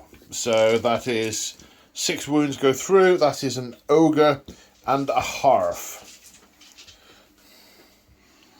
Second ogre die. Well, no. Fourth ogre dies. Right, now we come to the centre of the battlefield. The first unit of Demigryph Knights are first. With a 6. Do you want to forward to victory that? Because I know you want to get him further. No. You're keeping that? Yeah, I'm keeping that because I can get where I want them to be. Okay. And the Demigryphs end up here. Now the Rasputin, the general, the Free Guild general, gets an 8. I want him there. Okay, that does the trick. What is next? Vindicators. Yep. 7. I'll make it. Okay, I see what you're doing. Okay, any others? No other charges in the centre? Nope. No, we're keeping that as it is. Okay. So, Desolators. Yep. Well, they've got choices. They could probably make the Thunder Tusk as well, depending on, or instead, depending on what you want. How many wounds has that thing got left? It starts with 14. It's taken 9, so it's got 5 left. I think. Why'd you throw these conundrums at me? No, Mick, stick to the plan. I'm trying to be helpful. Oh well, okay, thank you. No, they're going into them. Okay. Lord Arcanum. Yeah. Lexicus, what do I want to do with him? Right, I'm going to roll and then I'll make up my mind. 9. So you could get any unit there with that. You could get the Yetis even if you really wanted to. Don't get the Yetis. No, let's stick to the plan. Okay, you're going in there to batter those. Yeah. Are the swordsmen going in? Do you know what? It is very, very tempting, but what would I need? That's a 9. Have I got any drummers left in there? No, you said they're not charging and you took him off as a casualty. Yeah, and then I've... Yeah. Oh, you have got one. I can see him. So that'll be an 8-inch charge. Yeah, do you know what? Why not? 8-inch charge. Okay, the Free Guild guard making the charge against the Thunder Tusk there. The Tusks are really annoying, so we're counting those all as being within an inch because the Tusks are really annoying. Mick electing to start with the Desolators first because he really wants to put some hurt into these Mournfangs. And because the number of enemies in the target unit is greater than the number of Desolators in the unit itself, their axes get an additional +2 attacks. They're getting 7 attacks each, which is kind of nice. So 14 attacks. Just wondering, do I want an all-out attack? Based on how bad my dice rolls have been thus far, I'm all-out attacking. And it's -1, yeah? Yeah. Hang on. I need to think. The thing. And I am all out defending the Mournfangs. Okay. So hitting on 2s? you on 2s.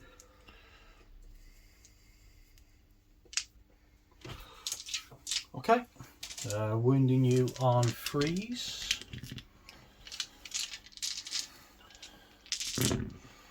Whoa. That's not bad. That's pretty good. They're evening out. 9. At Ren 2. Ren 2, okay, so up to 3, back down to 5.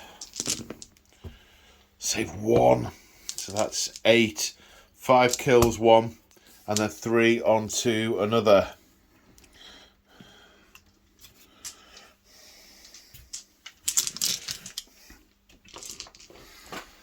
Then the mounts. Yeah, so claws and fangs.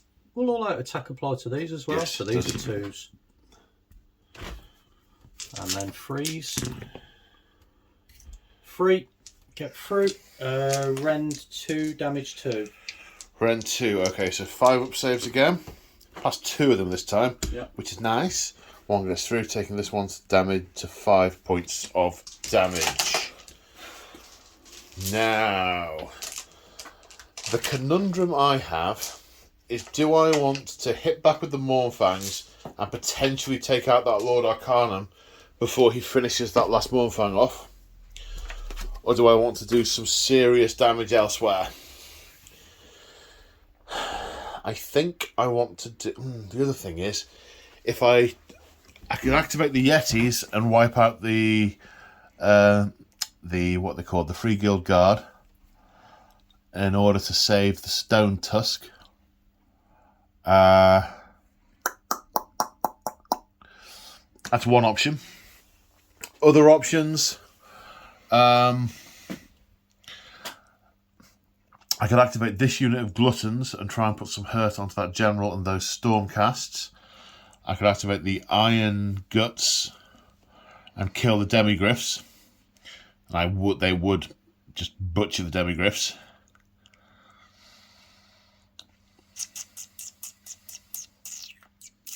I need to think. And before we go any further, we've just realised we've got monstrous rampages, so we're both going to do them now. The Griffin is going to roar on a 3+. 3+, so the unit of gluttons cannot receive orders. The Thunder Tusk is going to use the Chill of the Everwinter, and on a 3+, pick a model within an inch, and it has the Strike's Last effect for the rest of the turn. 4, yes. So those Fighting last. Those are fighting last. So that actually helps with some of the decision making. So we were over here somewhere. Yes, we were. So after much wailing and gnashing of teeth, I've decided to activate the Ogre Gluttons, the big unit of 12. So they've all piled in. 6 are going into the Free Guild General. 4 are going into the Vindicars, and 2 are going into the Demigryphs. They have 4 attacks each because they're using paired Ogre Clubs. And no, they're not. No, it's the other unit, Paul. Oh, all right. My maths have failing me. Well, we'll keep the ratio the same. We've said it now because it's only. You see, they have 2 options. They can either have the Iron Fist and 1 club / blunt blade, or they can have 2 blunt blades. It's the unit over here that have got 2 blunt blades. This has got the Iron Fist, so they have fewer attacks, but they get the bonuses to save. So I can't all-out attack them because they were roared at. So 3 attacks each, hitting on 3s just to get the General to start.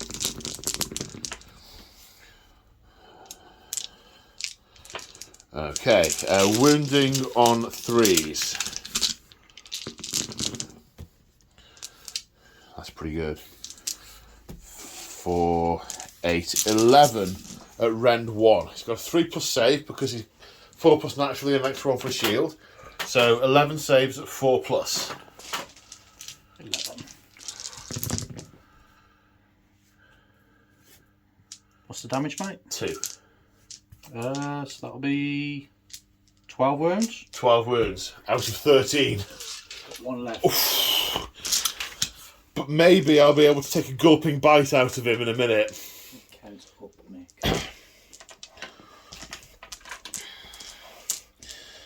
Now 4 into the Stormcasts, to the Vindicars.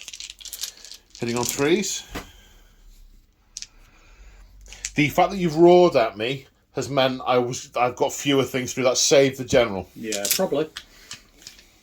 Well, I had to take some out, so yeah. There's every chance. 3s to wound. That's 5 saves at -1 on the Vindicators, the shield guys.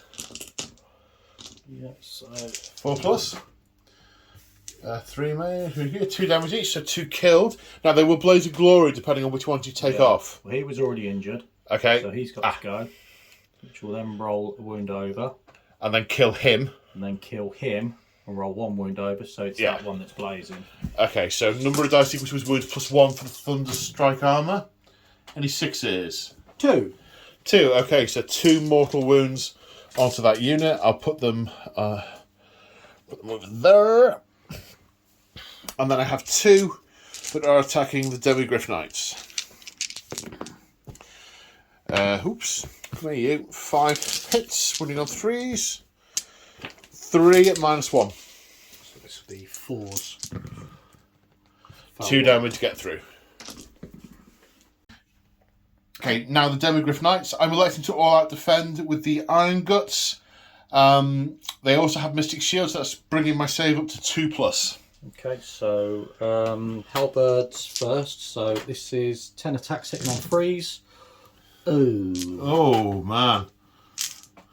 Wounded on 3s. 2 at Ren 1. Okay, so back up to 3+. 1 pass, 1 fail. Okay, and damage. Just 1. Beacon Talons. Any 6s to hit will do mortal wounds in addition. So lots of 6s would be nice, and there's not 1. Not a 1. Not a 1. So we're going to wound you on threes. 5 at round 1. 5 at round 1, saving on threes. 2 get through. How many damage? Just 1. Just 1, takes him up to 4, kills that guy.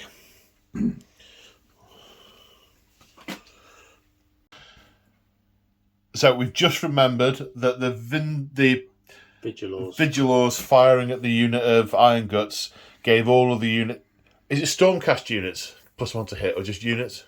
Units. Or friendly units? Shooting phase, if any, would go... Add 1 to the hit roll for all attacks that target this unit until the end of turn. Okay, so... Yeah, we went back, checked the footage. There were 4 that should have hit. Net result, 2 more wounds on the unit of Iron Guts. Right, now I need to decide where I'm going to activate. Okay, so I am coming to the Mournfangs. The glow of eldritch energy about to be unleashed in the eyes of this Lord Arcanum is forcing them to manoeuvre around and attempt to take it down. It is not natural and has got to be got to be killed. Then we can eat it. Oh yes, oh yes. So manoeuvring around to get onto the Lord Arcanum. Culling clubs and hackers of 3 attacks each, but an extra 1 for the champion. Hitting on 3s. 4 hits. Wounding on 3s. 4, round 1.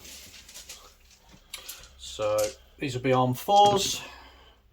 2 get through, 2 damage each. And then the Tusks hitting on 4s. Would have liked to have all out attacked, but I all out defended. 3s to wound, 3 wounds, another round of 1. So 4s. 2 get through, another 2 damage each, so 4 more damage. You got him. Got him. Yep. So he only has 8 wounds. So Blaze is a thing. It is. Does he have the Thunder Strike keyword? Nope. So it's only 8 dice. If it's only his wounds, you don't get the extra 1. 6s. 1. 1, which kills that guy.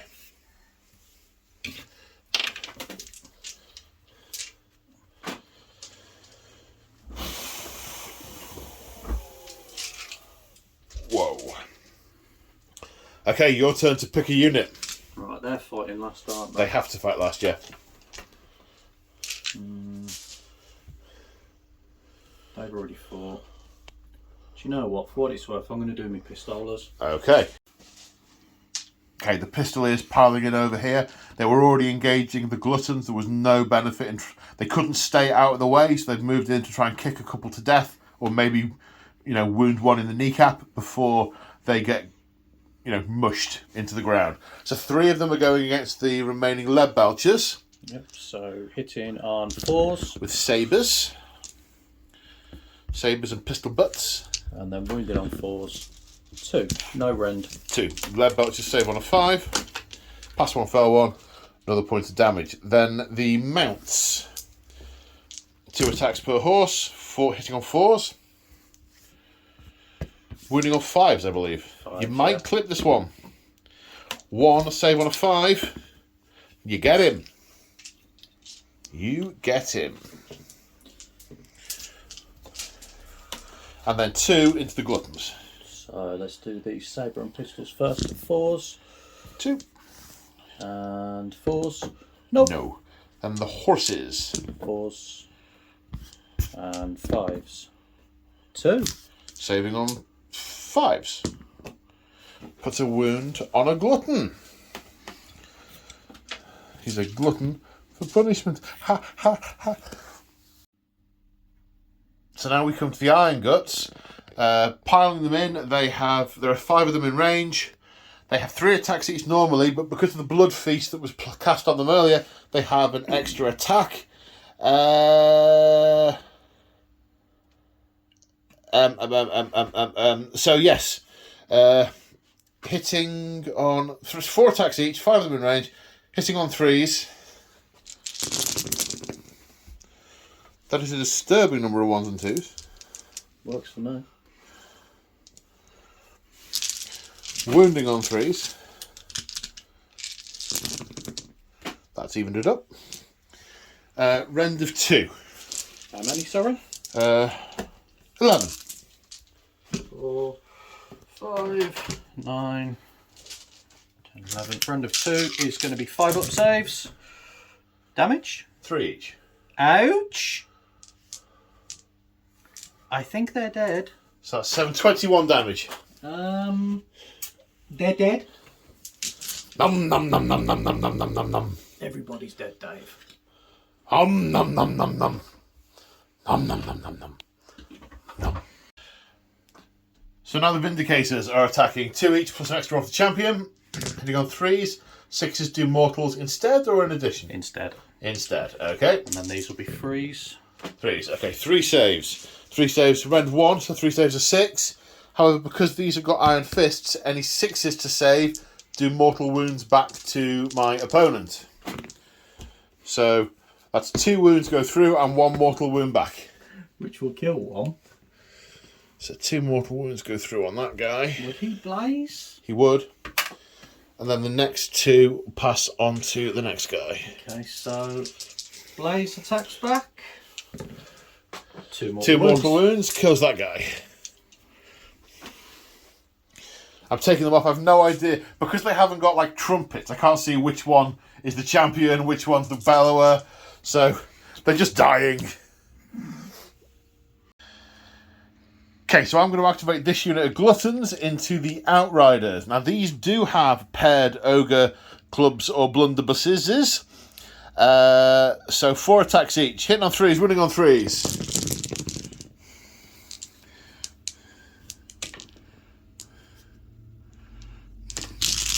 Wounded on 3s. If I can pick them all up.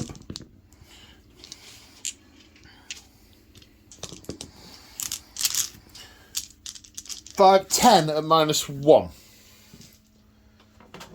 Regular is 6, isn't it? It's like 5, so 6 is save. What's the damage? 2. Each? Yeah. Oh. 2 wounds each. I've got 2 guys left. I'm quite impressed you've got 2 guys left, I'll be honest. I thought I was going to mush them all in one go.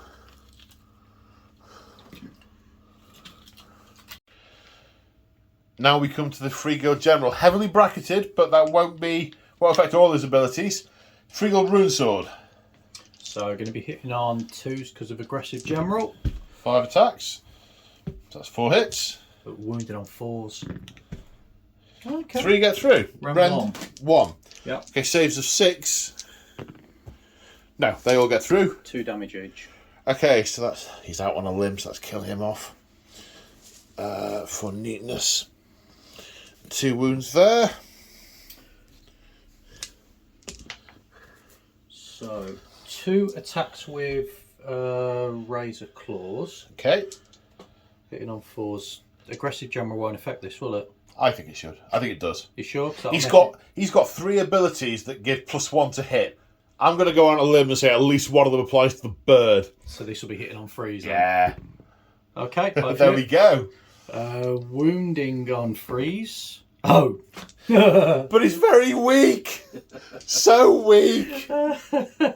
And then the deadly beak. This will be 2s. Because of aggressive general. 3s. I think he's hungry as well. Rend 2, damage 1. Goes through. Puts him up to 3 damage. Right. Let's finish off over here. Yep. I put the ward on them Outriders, didn't I? The prayer. 1 minute. What did you do? He got his ward. He got his blessing off earlier to give them a 6-up ward, didn't he? Yeah. I forgot about. All right. 6 of them died. They had 2 wounds each, so that's 12 dice. Let's see how many come back. Because the Firebelly's in rage as well, so it's all good. And we'll get gulping stuff in a minute as well. We'll get to eat ya. Right, let's see. Trap dice don't count. Right, 1-6. So one of them comes back on a wound. Whilst you're doing that, You're going to get ready to eat him all over again. the lead belcher, bludgeoning blow, 2 attacks, hitting on 3s. Wounding on 3s, 1. No rend, damage 2. On these guys? Yep. So this will be a 5 up. No. He's dead. Off he goes! And the wound travels onto one of the other guys. Don't wreck your stuff. That was well caught. How many wounds? Sorry, One. It was 2 damage, so it travelled over onto the other guy. Right, we're going through all my stuff now, aren't we? Because you've only got a strike's last unit left. That's it. Okay, so the Firebelly's going to pile in. The Firebelly has 2 attacks, hitting on 3s. 2 hits, wounding on 3s. 1 wound, render 1. Yeah, that's a fail. D3 damage for 2. 1 left on 1 wound. Okie dokie. Picking a pokey. What's that a reference from? Oh, it's League of Gentlemen. Boom. Take a house point. So now we're activating the Icefall Yetis. It turns out that with bounding leaps, they pile in an extra 3 inches. So they have got all the way around those Free Guild Guard and are attacking with all their attacks. 3 attacks each. 4s to hit. Boop. Whoop, whoop, whoop, whoop, whoop, whoop, whoop, whoop. Wounding on 3s. Wounding on 3s. Oh, this is just so much quicker. Rend? Lots. 5, 6, 8 first of all. So 8 with a rend of 1. I say lots, it's just 1. 8 6-up saves. No. You didn't cast Mystic Shield on them, but they do have shields, and their basic save is 5, isn't it? Oh yeah, and you're +1 to save. +1 for the shield. So their basic save is their save is 4, -1 is 5s. You need 8 of them. They might not all die to the Yetis. So, On the other hand, they might all die to the Yetis. what's the damage? 2. Oh dear. So that's 10 dead. How many were there? A few. Oh dear. Oh dear. I mean, it really sucks to be you, Miladio. 1 model remaining, and the Thunder Tusk, it gets to fight. On his current bracket, 4 attacks with Colossal Tusks, which hit on 3s, that they've all hit. The wound varies, and with 9 damage taken, Colossal Tusk wound on 4s. Only 3 wounds. -1. D3 damage. So 3 saves of 5+. He's dead. He's dead. So at the end of the combat phase, we have the Ravenous Bites rule. Basically, as the Gutbusters are attacking, they're not just hacking and slashing and bludgeoning.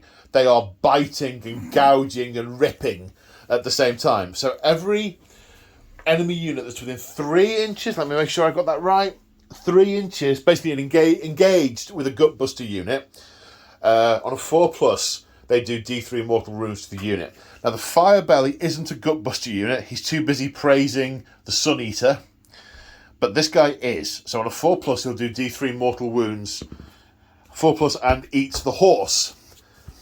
So only 1 wound, so he's got a ward save, We didn't roll the ward saves for the 4 wounds you took earlier. Having just put them all back for the ward saves. Right, let's do that one first. No, he'd take that. And then the other 4. You passed 1. You'd be dead. No, if I roll a 1, he's still alive. Okay. Because you took... Come on, brain. He should have 2 wounds left at the start of the turn because one of those ward saves was passed. Okay. So, and you've just passed 1 ward save for the one So I roll 2. You passed 1 ward save, so he's down to 1 wound. You've got 1 more ward save to take. He lives. Lives long enough to run away. Maybe does the horse get eaten or the man, do you think? Does the horse gallop off to freedom or does the man run away whilst he's chowing down on mutton? I think it depends how hungry your ogre is. Okay, so over here, do the Vindictors, do they get eaten? Yes. D3 mortal wounds for 1 mortal wound. Do we like fried chicken?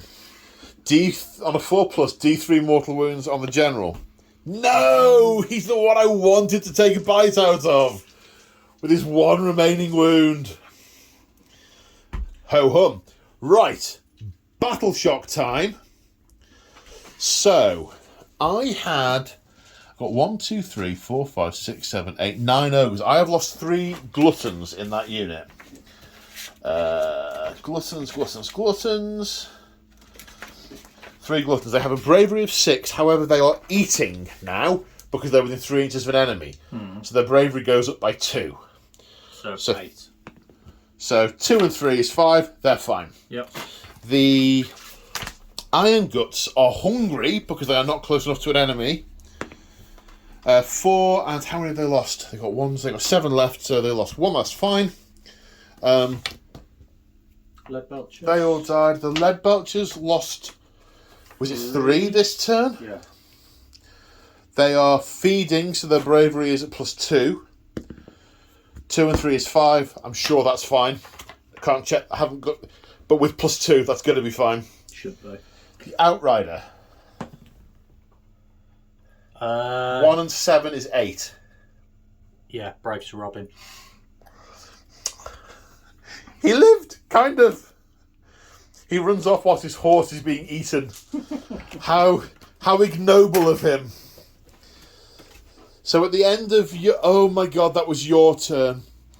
Bravery there, mate. They only lost 3. They can't... Can they fail? Bravery. Oh, no, I can't actually. Bravery ace. You can. You can fail on a 6. I could fail on a 6. No, you're fine. Unfortunately, though, that was your turn.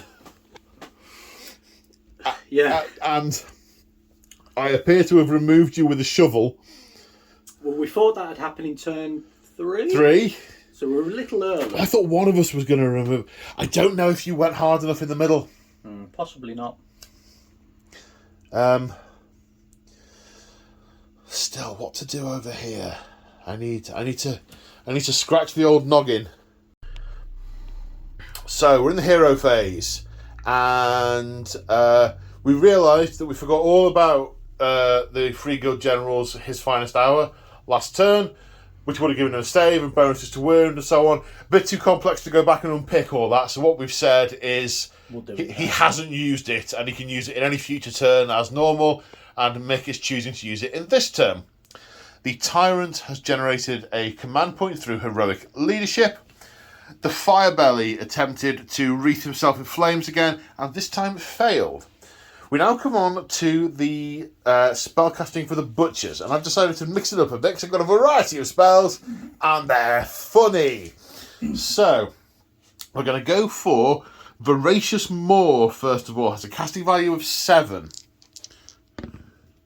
Cast on a 9. Where's that one from, sorry? Here. No, I'm not in range. Okay, so I pick a unit within 18 inches in line of sight. The Vigilors. And they take D3 mortal wounds. For 1. As the ravening maw comes up through the earth and bites them. However, it has a voracious appetite. And on a 4+, it'll have another bite. No. Whoa, uneventful. Basically, you keep rolling 4+ and then another D3 mortal wounds until you stop rolling 4+. Until it's had enough to eat. Then his other spell... Can't really use Blubber Grub Stench. I think I will go for Mystic Shield onto the Iron Guts. Cast on a 5.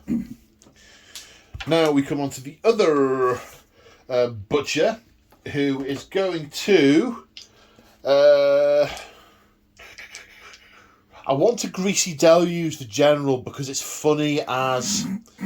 So I'm going to read this out. The butcher chews up a big mouthful of rancid fat and gall slime before spitting it onto the ground. Enemy warriors find themselves trapped in a foul-smelling deluge of grease, slipping and sliding as they try to bring their weapons to bear. Casts on a 6. Casts on a 6. Come on, baby. That's an 11. You probably are in range to dispel it on a 12. And he makes him -1 to hit. Yeah. If it helps you decide, I'm going to Arcane Bolt him in a minute, which will probably kill him. So What's Arcane Bolt go off? It's a mortal wound. 5.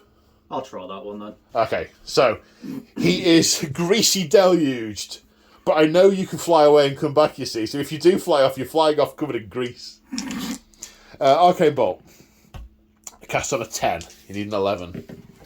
Which you don't get, but so close. So I'm holding my Arcane Bolt, and I let it go at the start of a future phase. Yep. How's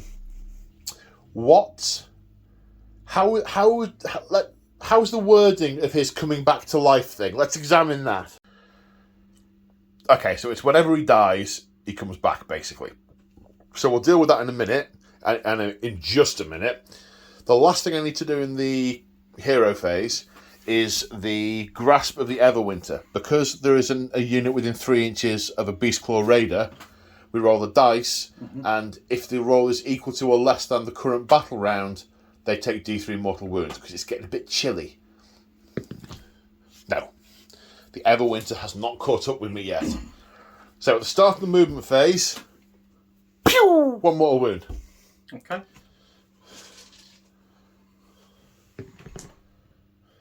Comes back on a 2. And he lands over here, covered in horrible greasy bile. There were a few options. I just did that because it was a laugh. I knew I was going to kill him, but I wanted to cover him in guts first. There were a few options. Either use him as a suicide device and get him to charge something vital. So, over here was discussed, but it's my turn. It's my turn now that he's been killed in before I've even moved. So I can just turn around and murderize him on just the D3 mortal wounds. So electing to put him over here, then potentially he's got some turns. I mean, as long as he doesn't get shot to death by ice and stuff. Which, I mean, the one with the big guns got... don't know, possibly. I might be able to get some shots. And I've got a harpoon, but I don't like the look of that fire wizard. But potentially he can recover for a couple of turns there using heroic recovery, then get back in the fight. He also buffs the free guild that are near him. So, yeah. So that's where he is. And I have to decide where to move on turn 2. Is it only turn 2? Been a long game. So at the end of the movement phase, the Gorger has tracked the scent of Dwardin. Has tracked the scent of Dwardin, filthy and armed to the teeth, and has tracked them down and followed them, and is attempting to attack from their rear, whilst the Ogors pile in at the front. So the Gluttons and the Firebelly going forward. Let's see how good the Dwardin are, and how good just one unit of Ogres and one hero is. The Noblars following up. The lead belts are staying put. These Gluttons are staying still, obviously because they're still in combat with those Vindicators, those guys. The Butcher moving up. I couldn't get the Tyrant as far up as I wanted because he couldn't come without moving within 3 inches of the Stormcast. So the Iron Guts have moved up there. So they can charge in either direction. The Tyrant is a bit further back, and as such, the Lead Belchers are further back than I wanted them as well. The Iron Blaster following up. He is pretty much a contingency unit at this point, except that he can see the steam tank, so maybe we'll start exchanging cannonballs. Over here, the Yetis are going to head down this way and attack these riflemen. I am very curious to see with both units, both how well the Yetis do in a fight, and also how well the riflemen do, because they get a free Unleash Hell when they get charged. So I want to see how that plays. The Thunder Tusk is coming around here to help the Mournfang with this situation. It's your fault for referring to them as dragon donkeys before. Now all I can do is think of the phrase dragon donkeys whenever I look at them. Celestial Draco lines, noble creatures of Azir. Dragon donkeys. No. So, shooting. Okay, so starting off over here. This lead belcher stayed put, so it... Oh no, hang on. Do the fire belly first. The fire belly has the fire breath attack. It's got an 8-inch range. Check. And the attack characteristic is equal to the number of models in the target unit to a maximum of 10. Check. So it's 10. 10. Yatta-ta-ta-ta. Yatta-ta. The Sun Eater bellows with fiery fieriness, hitting on 2s. So they all hit. Wounding on 3s. That evened it up a bit more. There you go, 3. Rend? None. So 4s. Damage? 1. I think you might have just took 2 out. Yeah, I'm not sure. I don't know why I would have got any more than 2.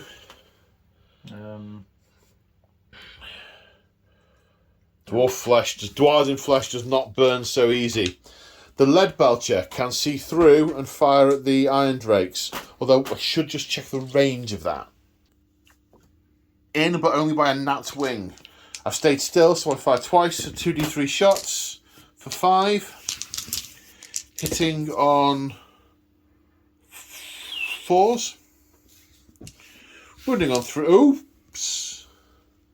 Just moved the objective. I hope that's where it was. Wounding on 3s. I scooped it up with the dice. 2 at rend 1. Right, I do believe they get something when they're being fired at with projectiles, so just bear with me a second, mate. Okay. So they have a 4-up save, but they get +1 saves when they're being shot at. Okay, pass 1 for... Was it 2 or was it only 1? I thought it was only 1. I'll have to check.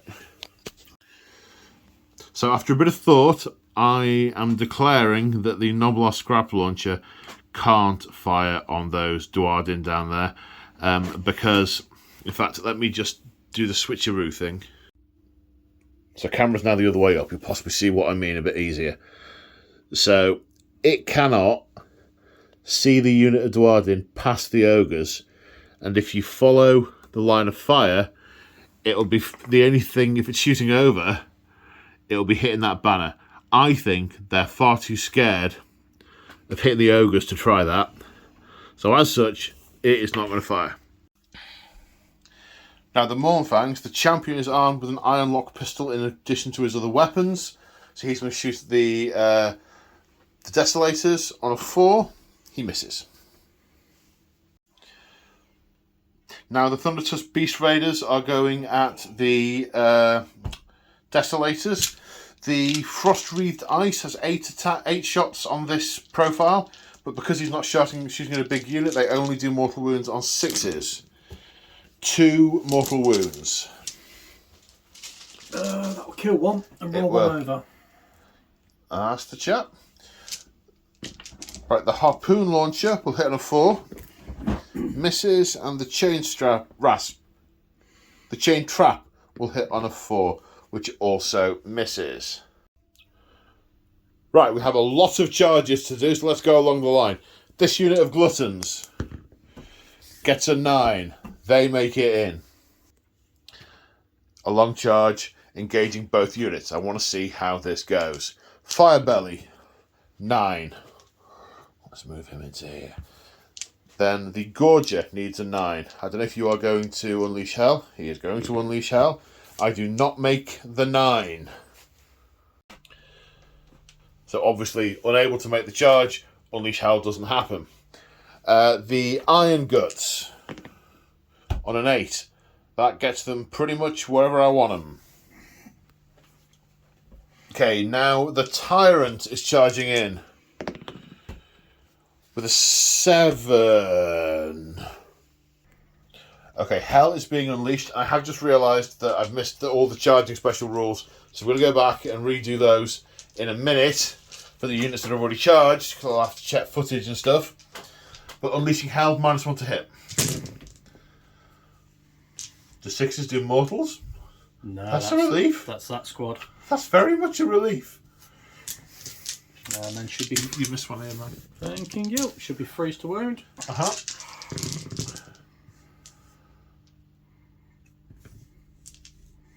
Um, 9 at round 1. 9 at round 1. Okay, 3, 6, 9. Okay, so he has. Let me just check something. So the Iron Guts can take wounds for the Tyrant, but they're not close enough to do it. So my save is 4+, so -1 is 5s. That's none. Uh-oh. He's a Death Cheater, so he has a ward save of 5+. 5 pass, so he takes 4 damage. How many you got left then? 4. He has 8 in total. But the bits that I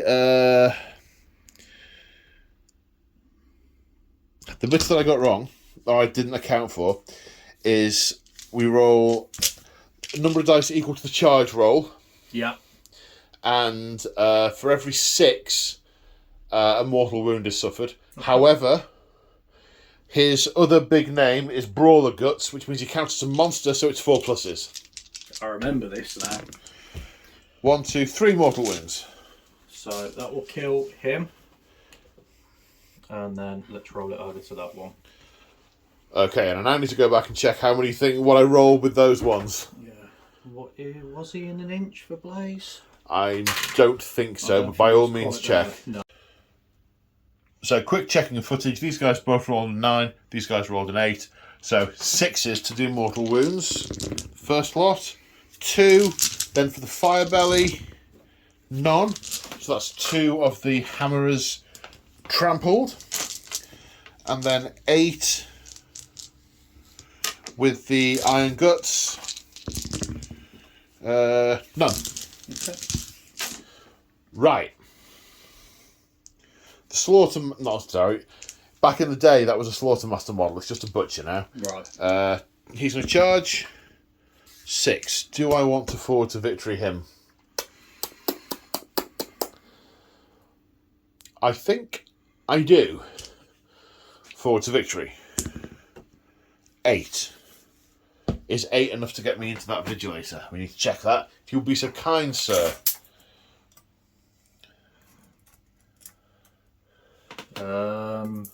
You're about 8 1/4 away. Needs to be within half an inch, so that's in. Yeah. So 8 dice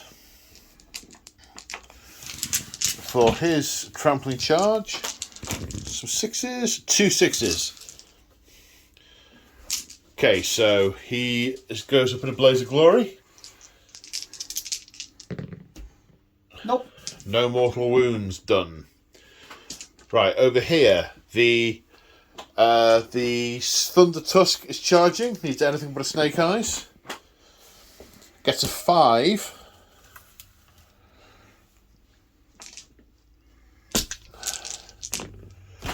Does 2 mortal wounds. Let me move back a little bit with my positioning there. He was obviously in with the others. The Yeti are doing their charge. And they get 7, but they don't have... They're not ogres, they don't get the same thing. But you do get to unleash hell when I finish moving. So the Yetis have made it in. 20 shots, +1, -1, so hitting on 4s. Yep.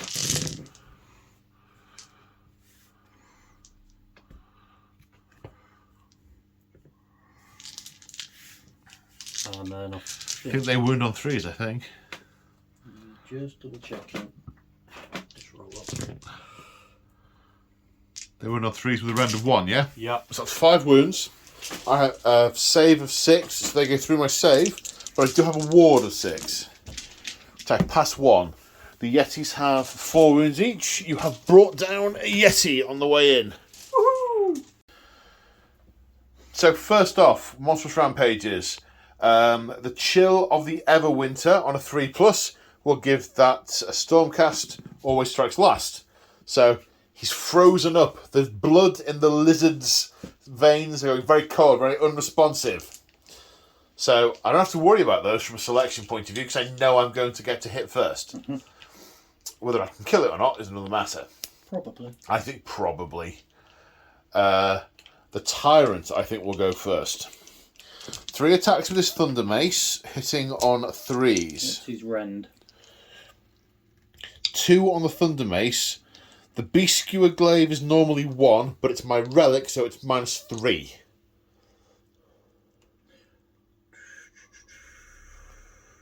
Thinking phase. They've got a save of 4.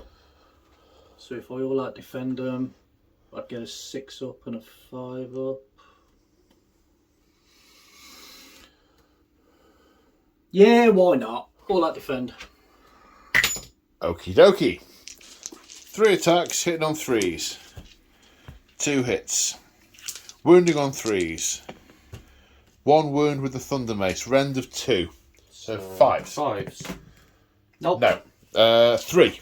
3 damage. Ouch. Right, he's closest, so he's got to go. Do you want to do Blaze after, or...? You do Blaze now. Okay, so... Nope. No. And then 1 wound goes on to the next guy along. Then 2 attacks with the Beast Skewer Glaive, which both hit on 3s, wound on 3s, 1 wound, rend of 3, so save for 6. Nope. Nope, and that does D3 for 1, which kills that guy.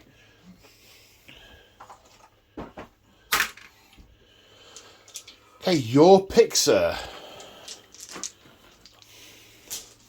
There's a few choices, isn't there? I mean, you can't go here anymore. Nope. But you could potentially try and take out some of the Iron Guts, or I'm going to go with me hammers. There's a lot of Dwardin to do some work with over here. Yeah, I'm going to go with me hammers. So the Hammerers going first, all into the Glutton unit. 2 attacks each, hitting on?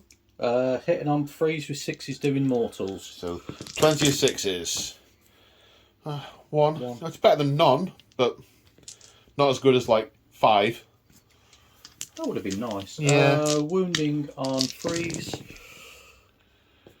That's some good wounding. 8 at rend 1. 8 at rend 1 plus a mortal. Plus a mortal, yeah. So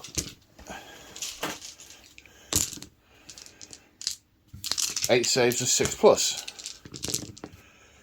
Past 2, so that's 1, 2, 3, 4, 5, 6. Plus a mortal is 7. He was on 1 wound and kills that one as well. Sorry, he wasn't on 1 wound, he had taken 1 wound. So this flank started to look a bit precarious. 3 more turns and I reckon I could be whittled over here and that objective taken. I've by no means got the far flank sewn up, by no means, especially as that general's going to start getting better, although I am kicking in the middle. So I decided I need to try and limit the damage over here. So I'm activating these Gluttons. I could use Shenanigans to get this extra model in, but I don't think it's fight. I mean, the fight, they're doing banner fights. They're hitting each other with their banner poles. So we've got 2 guys, including the champion, into the Hammerers, and the other 2 guys into this unit. The Hammerers first, hitting on 3s with the paired Ogre Clubs. Should really have all out attacked. Wounding on 3s. 4 at rend of 1 on the Thunderers. On the Hammerers. This will be 5s. 1 pass. 3 fail. 2 damage each. 2 damage each? 2 damage each, yeah. They are Ogors. So that takes the unit. We found this last time, didn't we? They don't stand up particularly well. They're not as survivable as you would expect dwarves to be. Right, the remaining 2, which obviously don't have the attack the champion, into the Longbeards, hitting on 3s, and then wounding on 3s. 3 at -1. I seem to think they get +1 to save. Were you getting your +1 to something for grumbling a minute ago, or did you forget about it? No, that was re-rolling 1s to wound. Right. Add 1 to saves for attacks made with military app. Okay, so +1 to save. So 3 was it, sorry? +1, -1, yep. So back to 4s. Oh. So 1 pass, 2 fail, 2 damage each, so 4 go. So 1, 2. Then the Demigriff Knights activating into the Iron Guts. These are the halberds, are they? Yes. 3s and 3s.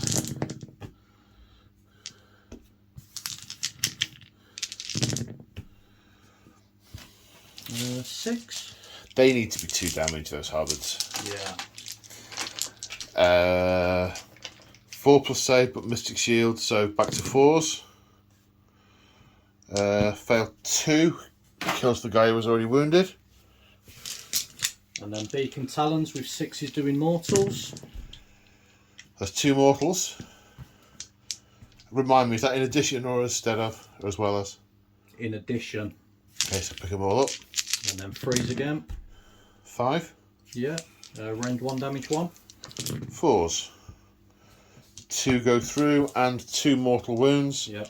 Kills another one. Oops.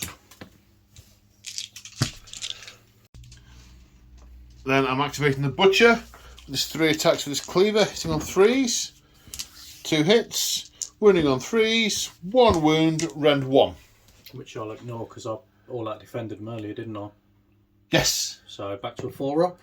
which you make. No damage there. Your go. Where though? That's the question. Well, you can't go here. Let's go here. Yeah, there's a guy on 3 damage there. You can try and take him and someone else out. So 2 attacks each, +1 for the champion. 1 mortal wound. On a 3. Yeah. Rend 1, damage 1. Okay. Rend 1 fails, so that 1 damage kills that guy. Then the other wound goes over onto that guy.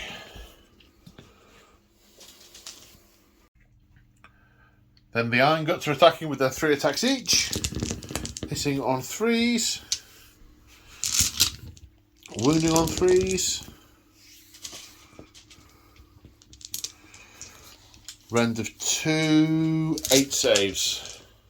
This will be on 5s. Damage? 3. Each? Yeah. That's 3, 6. How many wounds each do they I have? think they might have 5. They've got 4 each. 4. Yeah, it's a squad. The Isn't it? unit, yeah.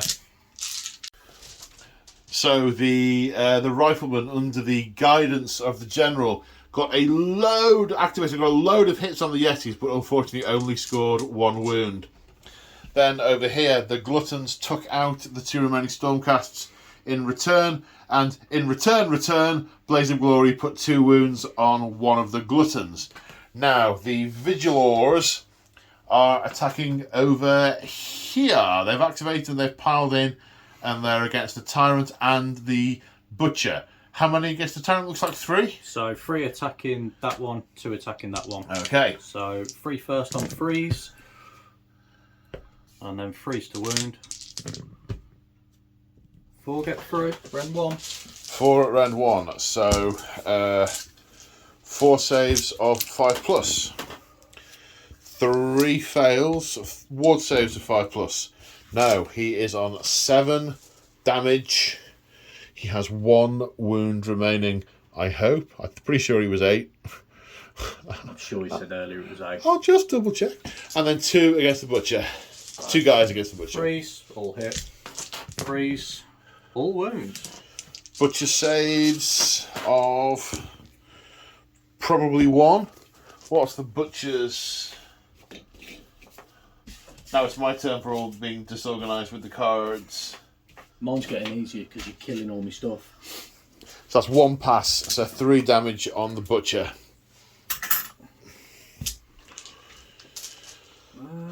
Okay, me to activate, I think. You've got there or there, haven't you? I'll go for the Yetis, I think. So the Yetis have 4 attacks each. 3 attacks each. I'm talking cobblers. Need to take out 5 dice. I'm glad I just glanced back at the card. 3 attacks each, hitting on 4s. Wounding on 3s. Rend of 1, which goes through all your armour. They are 2 damage each. That is 10 wounds in total, sir. That's the front rank. Right, so we've just had a battery 4% panic. The Longbeards, who seems to, as they've got older, have degenerated in physical ability and are really not very good. 1 attack each. Hitting on freeze. And then wounded on freeze, but re-rolling 1 for grumbling. Re-roll the 1. Yay! Are the 6s anything, at least? No. No, okay. Not that I'm aware of. Like you say, it's an old battle tome, and they are redoing it. Like I said, my main complaint is the fact that they're still quite expensive for very little gain. Yeah. Rend 1, damage 1. Okay, saves of 5. I passed 3. Oh. Oh, I can only apologise. Now, the remaining Mournfang piles in. He's the champion, so he's got an extra attack. 4 attacks hitting on 3s. Wounding on 3s. 3 at -1. 4s. Foul 1. 2 get through. 2 points of damage, taking them up to 5. Not dead yet. Tusk time. 1 hit. Wounding on a 3. 1 wound, -1 rend. 4. Nope. 2 damage. So he will die and he will blaze. So, 6, I think. It'll be 6. yeah. Yeah, it's 6.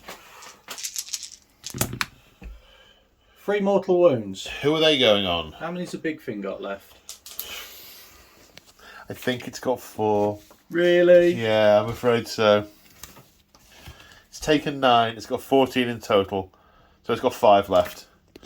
Let's put him on the big thing. Okay, so it takes another 3. It's on 12 out of 14.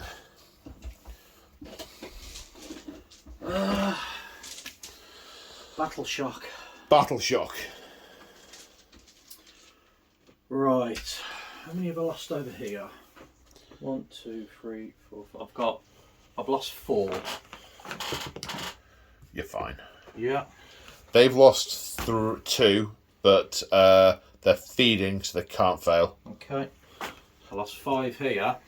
They They're fine. should be okay. The Iron Guts, I'm going to use Inspiring Presence on them, Yeah. so they don't fail. I lost 10 there. If only you had a command point for Inspiring Presence. Yeah. Bravery 4. 4 plus 5 is 9. So lots are going to run away. I need to work this out now. So after Battle Shock, unfortunately, the Riflemen give up the Ghost. We've learnt a bit about objective placing for Akshi because you had to move forward to block off the objective, but we put the objective right up to 12 inches, but you get bonuses for being in your... Yeah, so lessons were learnt there. We'll know for next time. Yeah. Because in the Thondia campaign, there are a lot of free guild. There are a lot of free guild, so there's going to be a lot of I don't mean Thondia campaign, I mean Siege of Excelsis. Yes. Siege of Excelsis. A lot of free guild. There's going to be a lot of practice. It's only 6:30 in the evening. It's fine. We're about to go into turn 3. It's all fine. Everything's fine. Good luck. I win. So...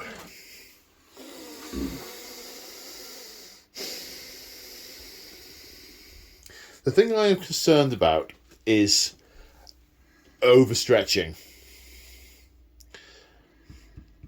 Because you've still got some very mobile units that could get behind me. I need to think.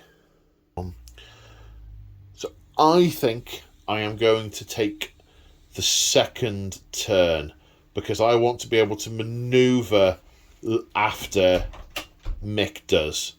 So I'm going to take turn 2, which gives me more opportunity to have the double turn in turn 4, which I think could be more decisive. So, Series of Sigmar, turn 3. So, hero phase. The Free Guild General has done heroic recovery and regained 2 wounds. The Tyrant has gone for his finest hour because he's too close to enemy to recover, and that's a little bit squeaky time. The Battle Mage is about to cast Fireball on the Yetis. How does Fireball work? Casting value of 5. If it's successful, I will do D3 mortal wounds on the squad. Okay. So casting value of 5. Yep. Goes up on a 7. My Butcher will try and unbind it. Fails on a 4. So D3 for 2. For 2. So a Yeti there with 1 wound remaining. Over here, the Rune Priest blessing the Iron Drakes and the Longbeards. What are they grumbling about? We haven't covered this in the. So put your back into it, Beardling. And what does that do? Reroll 1s to wound. Ah, right. So as the one, and that's a 12-inch aura around the unit, wholly within. So as the other Dwarven are doing stuff, they yell, "Put your back into it, Beardling!" Nice. Nice. Let's go on to movement. Okay, at the end of the movement phase, it looks like this. Nothing much has moved over here. These guys pretty much staying still, ready to put fire and possibly charge, I don't know, into the Yetis. We shall see. The Justicars lining up, ready to put a lot of shots over here. The Gyro Bombers could not get a bombing run lined up because of where they were and where all the enemies were, and 3 inches and all that jazz. However, they have positioned to try and take the last wound off the Thunder Tusk, which should not be too difficult. The Steam Tank has finally built up a head of steam and moved quite a way forward, looking like it's getting ready for ramming speed and to put lots and lots of Dakar in. The Cogsmith cresting the corner of that scenery piece, ready to put shots down. Then over here, everything has stayed still, ready, planted its feet, and ready to unleash violence upon the enemy. Grrr. Right, where are we starting? Gyro Bombers. Okay. I'm looking at the wrong card there. So 4's to hit, 3's to wound. Do I want to unleash? No, all-out attack to try and get him hitting on 3s. Yes, because that big thing needs to die. Oh, okay. So we're going to be hitting on 3s and wounding on 3s. So 3's to hit.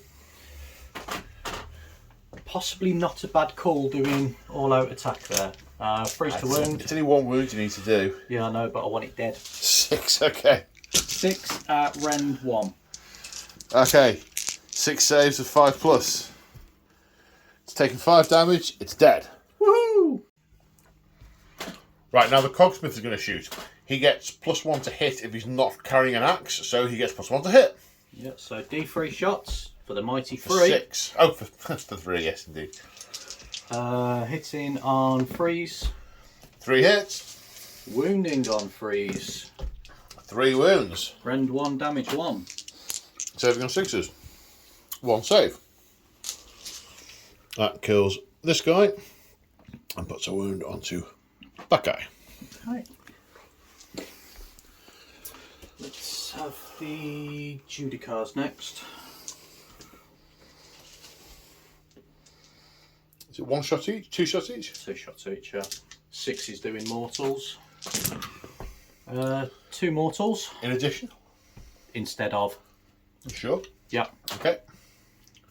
Wounding on 3s.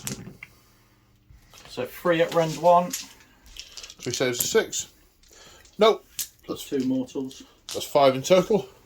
1, 2, 3. 4, 5. I'm going to come back to my Steam Tank. Okay.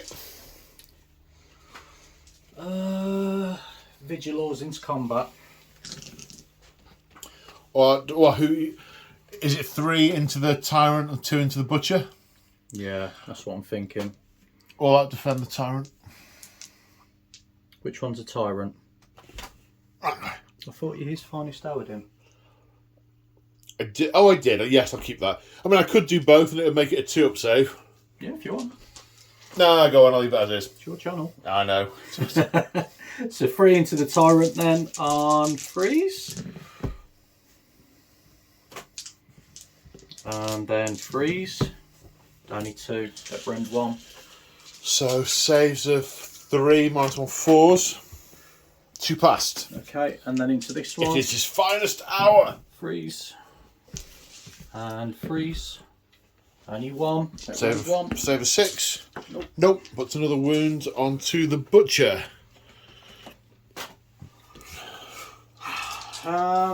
Steam tank.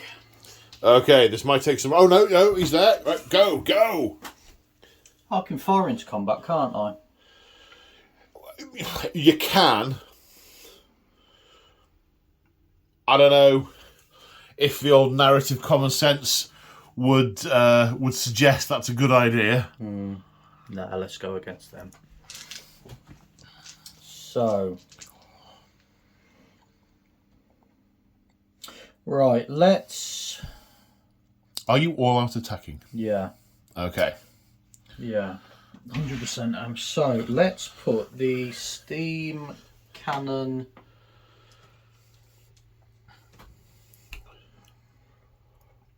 Do you need a minute? Yeah, please.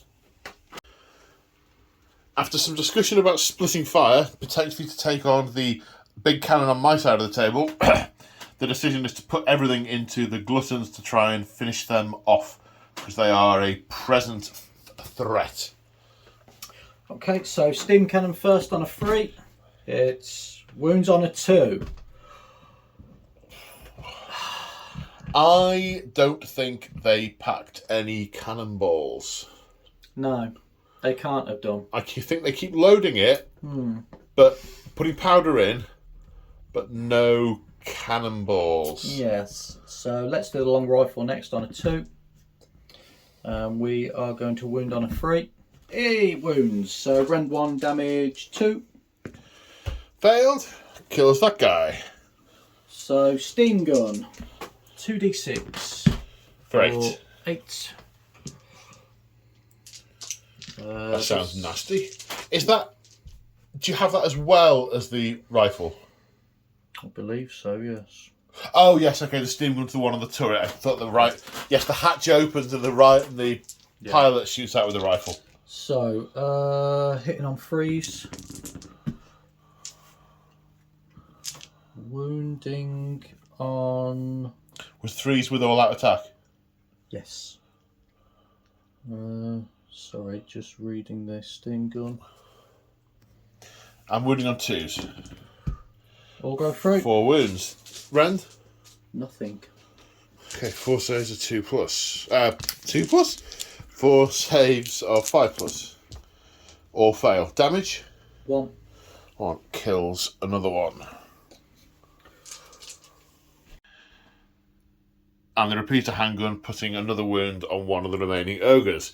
We now come over here to the Iron Drakes, who are firing at the fire belly in front of them, primarily because he's right in front of them and he's breathing fire. So 9 shots? Yep, hitting on 2s because we stood still. That's 7 hits. He has 7 wounds. Yeah, so I now need to wound every time and you fail every save. I don't wound every time. But you do reroll the 1s, don't you, because of the yes, grumbling? We do. 4 at rend 1, damage 1. 4 at round 1. Save of 6. Takes 3 damage. 4 still to get through there. Also, a touch lackluster. So now we come over to the volley gun, and they're going to unleash all 3 racks. So it might jam. Which it does Does not. That's almost the most you can get. 4, 5, 6 is the highest you can get, and that's 3, 5, 6. So that is 11, 14 shots. 6, 10, 11, 12, 13, 14. Okay. 2 command points left. Do I want to... I would. Yeah. So, All out attack, hitting on freeze. Whoa. There's a good few 3s there. It's 4 extra hits you've got. Wounded on freeze.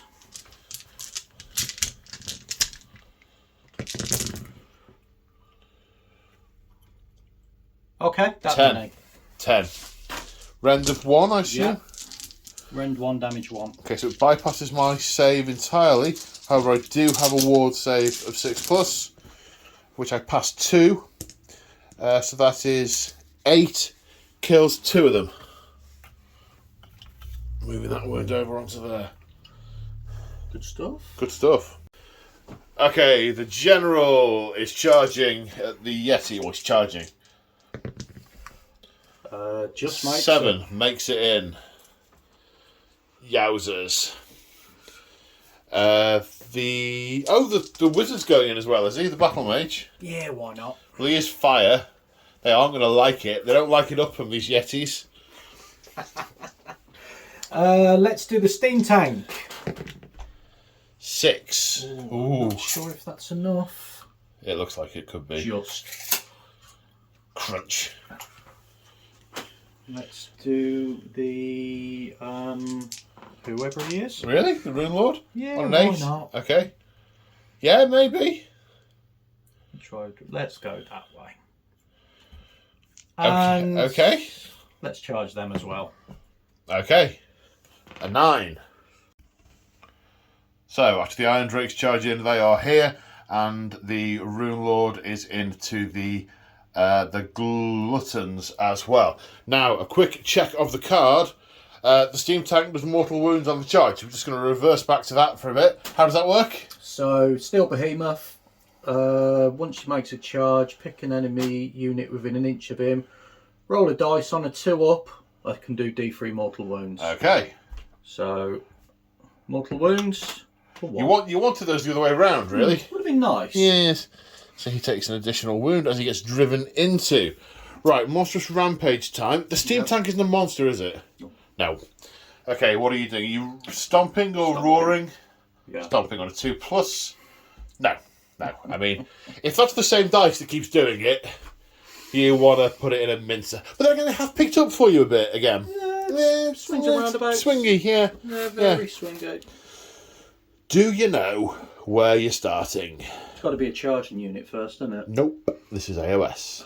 Conundrum time then. Yes. Do I start with a general? Well, let me tell you, I know where my first activation is going to be. Hmm. Yep. I'm not going to tell you what. I didn't but think you was no. going to tell me what. I'll tell you what if you really want me to. Yeah, go on then. Okay, my first activation is with Tyrant. Yeah, you see, that's what I'm thinking of starting.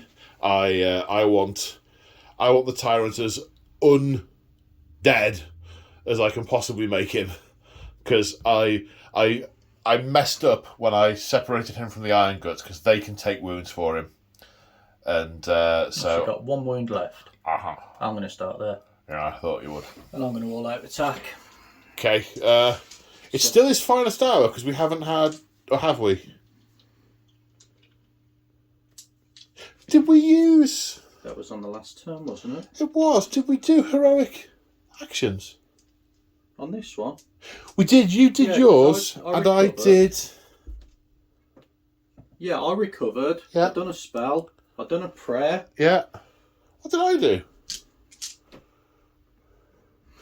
Well, I'll generate. It feels a long time ago now. I'll generate a command point. No, I won't. I'll use one of my pre-existing command points to all out defend. Okay. So, we're going to be hitting you on 2s. Oh. I'm wounded on 3s. It could be enough. 2 rend 1 plus 1, so back to 4s. A command point, very well And then spent. the rest of the attacks on him. Other 2 would get through on 3s. 1 at rend 1, damage 1. Save for 6. No. Another wound on the butcher, but not the baker or the candlestick maker. Right, now, where would I go next? I would probably very much want to try and hack the general to death. Yeah. So I can't spend any command points over here because I don't have... Or do Yetis have a... Do Yetis have a leader? I know they used to back in the day, but... No, they don't. Okay, so, I mean, one is being attacked by a fire wizard, so I cannot see a narrative reason for him not to turn around and fight him. And the other two are fighting the general. So I'm going to split that way round. So 3 attacks against the wizard. Yep. All miss. Oh. And then 6 attacks against the general. 3 hits. Running on 3s. 3 wounds. Rend of 1. Are you remembering everything, general-wise, do you think? Possibly not. Okay. 4s. I take a wound. Just a sec. So 4s. Hang on. What? So, 2... Right, 1 goes through. 2 damage. 2 damage, right? Okay, so... So, 9. He's up to 11 wounds taken. Have you been using your artifact in your hero phase? The thingy Gairan one that does healing stuff? No, because you use it on a unit. You can't use it on yourself? Don't think so, no, because that's why I've done the heroic recovery on him. Right, you could... It's worth just checking the wording of that, just in case, because you could have used that as well, and if you could, we'll go back and say you did. Okay. So Mick choosing to activate the Longbeards in the hope of taking out one of those gluttons. 6 attacks. Hitting on 3s. 6 hits. Wounded on 3s. 4 wounds. Any rend? 1. Okay. 4 saves of 6+. Pass 1. Fail 3. You do indeed take one of them out. Whoop, whoop. Right, my turn to activate. Activating these 4 remaining gluttons, and we are going to attack the steam tank with 3 attacks each. Hitting on 3s. There isn't any minus or anything for hitting a tank, is there? No, I'm aware of. Okie dokie. Must remember when your general's attacking that he's covered in lard. Mustn't forget that. I remembered it a minute ago when I went in to feed the cat. Hit wounding on 3s. Okay, 6, 7 at -1. 2 damage. So this will be 4s. 2 damage each. Yeah, So 8 damage. 8 damage. As 4 got through. Okay, then Mick coming over here to activate the Iron Drakes, trying to bring down the fire belly. 9 models, 10 attacks because the champion has an extra attack. Yeah, hitting on 4s. 5 hits, perfectly average. And wounding on 4s. Rerolling, 1s. No No rend, rend. no rend, I assume. Okay, 4 saves of 5+. Need to pass one of them. Don't pass any of them. The fire belly is brought down. Really? We have a fire belly down. We have a fire belly down. Okay, now I'm going to activate these gluttons. 1 into the Rune Priest. Hitting on 3s. Wounded on 3s. 1. At -1. That looks like a fail to me. Okay, 2 damage. He's not going to have less than 3 wounds. He will So, have, he's got 2 3 damage. wounds left. Then the other attacks into the Longbeards. Grumble, grumble, grumble. Winning on 3s. 5 at -1, 2 damage each. That's going to sting. This is going to be 5s. Yeah, they're gone. Now the Rune Lord, who also, it seems, should have tried harder in Dwarden school. 2 attacks. Hitting on 4s? No, he doesn't. Most definitely should have tried harder in Dwarden school. So we're over here to the Free Guild General. He's still covered in greasy deluge, but he is a ferocious fighter, so it's +1, -1, back to 3s, hitting the Yetis. Well, obviously the grease is perturbing him somewhat. Maybe it's got up his nose. 4s. See, that's the really rubbish bit with that rune sword. I can't wait for a new series of Sigmar Battletome. Rend 1, damage 2. Red 1, so it goes through. Ward save of 6. No, 2 damage. So that knocks that one up to 4 and kills it, and then 1 rolls over. Then we still have some attacks coming in. We got 2 attacks with the deadly beak. Ah! Back to freeze. Both in. Freeze to wound. Ah! Only 1, but it's rend 2. Yep, gets through. How much damage? Checking now. It'll be 1 damage. 1 damage. 6 up. Nope. So then the razor claws. Uh-oh. Right, 3 attacks in the bracket is in on freeze. 1. And freeze. Nope. No. Then you may as well activate your wizard So and pile him in whilst you're there. pile in. With his 1 attack. Come on! On a 4. Yes! On a 3. Yes! No save. How much damage? D3. You set me on fire! Ow! Owie, owie, owie, owie, owie! But I shrugged one of them off. And I live. Just about. It lives. Ah. I've done the tank, didn't I? Nope. Would you want to hit with your general first? I've hit with the general already. Oh yeah, my tank then. I didn't narrate that. The tyrant attacked and killed 1.5. But I will go with the slaughtermaster, with the butcher. If I can find the butcher. Where's the butcher's card? See, you're a lot neater now. Yeah, It's one of you've the been killing things. It's one of the very few perks of being mostly dead. 3 attacks with tenderizer, 3 hits, wounding on 3s, 2 wounds, rend of 1. So this will be 5s. Nope. 3 damage each. So that's 9 damage. No, so 6 damage. I'm sorry. Yeah. Okay. So right, that's going to kill that one.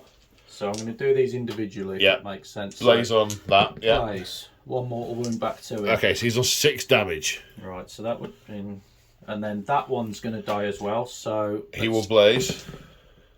1 more. Ward save of who's that going on? I could be cheeky and say that one, couldn't I? You could. But no, the attack came from that one. Okay, no ward save on that guy. Because there's still 1 more to die yet anyway. So that kills him. Okay. Well, incapacitates him in a nasty way. Last one. Oh! We have a butcher down. We have a butcher down. I'm losing ogres left, right, and centre. Okay, so the crushing wheels on the steam tank. Yep. D6 attacks for 2. These hit on 4s. No, they do not. Sword or rod. 2 attacks on 5s. No. Okay. Bit of a lemon that time. It's done all right in the shooting fit. Oh no, it hasn't. it hasn't. No. It's the second time in a row. It's not done very well. Yeah. Any more to do? They activated. Yeah. Didn't kill those guys. That guy died, so he couldn't activate. They've fought. He's fought. The Yetis have fought. I'm done. You got any bravery on them Yetis? Oh yeah, the Yetis might well run off. I'll have bravery there because I've lost another 3. So Inspiring Presence is going to keep those gluttons there for a command point. Yeah. We're at the end of the battle round. And I don't know if they can fail, but Inspiring Presence... No, they can't fail, but it doesn't make any difference anyway. That point's going to go to waste. 3 and... Fail. Is it 3 dice? That's a total of 8. So bravery 7. So one runs off. And does not Blaze of Glory. Nope. He just runs away. Sir Robin's it. Indeed. Now, the Icefall Yetis lost 3 and have a bravery of 6. They're okay. 2 and 3, they're fine. I mean, they're on fire, but they're okay. Whew. Was that your go or my go? That was my go. That was your go. It's your turn 3. Right, your goes feel like my goes. Right. I'll get 1 command. No, actually, sorry. I've got gulping bites still to do. Is that then? It's every ogre. Now, I'm not taking gulping bites out of the steam tank. Narrative common sense. I'm not biting it. They could try and bite into it and hurt themselves in the process, which I think would be really funny. No, Mick. The tyrant can gulping bite the other guy on a 4+, which he does. Yeah. The D3 mortal wounds for 1.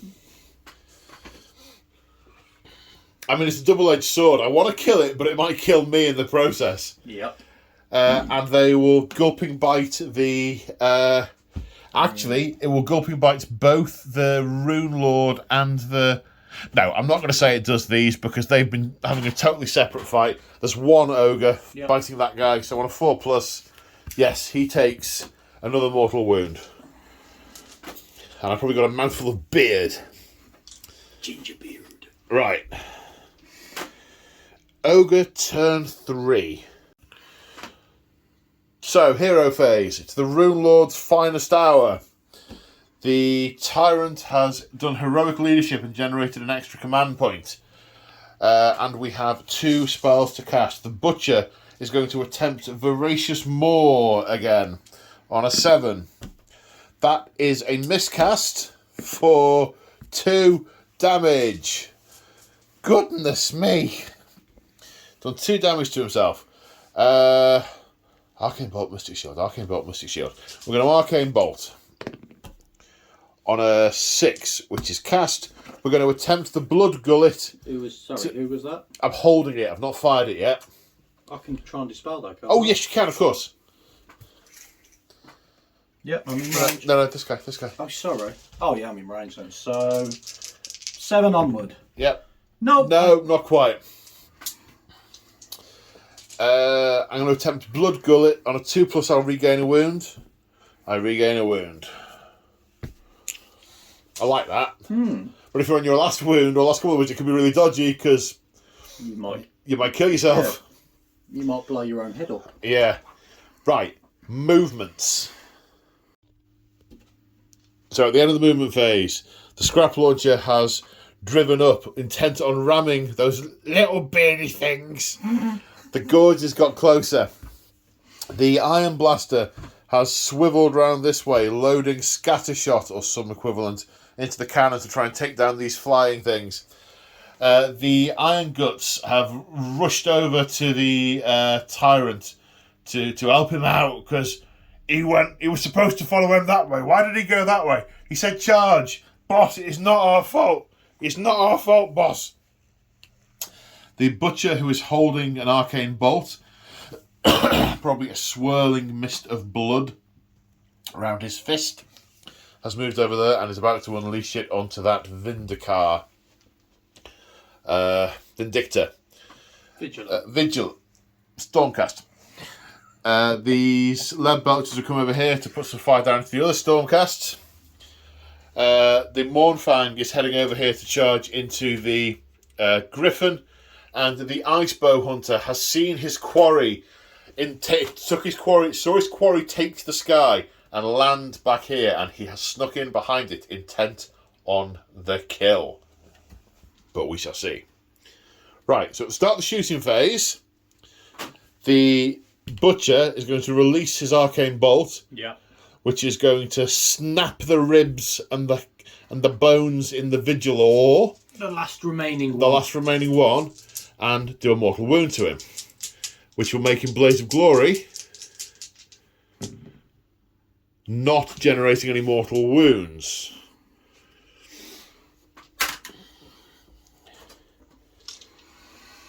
So, what other shoots do I have? I need to check some stuff. The Icebow Hunter with his giant spear has a 9-inch range, but he has to be more than 9 inches from the organ gun, the volley gun, to actually be placed there, so he cannot fire it. The Mournfang, on the other hand, has an Ironlock pistol. He is eyeing up that flaming wizard. Will hit on a 4+, which misses. What other guns have I got? Yeah, I've got that. I'm saving that. The lead belchers. Okay, the lead belchers will fire at the other stormcasts. D3 shots each. 3, 6, 7, 8, 9. Okay, 9 shots hitting on 4s. 2 hits. Wounded on 3s. Nope. Nope. So now we are coming to the Iron Blaster because I'm trying to make my way across the table in a way that keeps my brain from melting. The Butcher is issuing all-out attack on him as he loads Hail Shot and tries to bring these two, whatever they are, down. So Hail Shot, 12-inch range, 10 attacks. Hitting on 3s, which becomes 2s. 8 hits. Wounding on 3s. 6 wounds at -1. I'm assuming they got 4. 5s. Damage? 2. So that's 10 damage. How many do they have each? They're gone. So a hail of cannonballs has brought them down. Yep. Well, that is significantly more effective than I was expecting it to be. Whoops.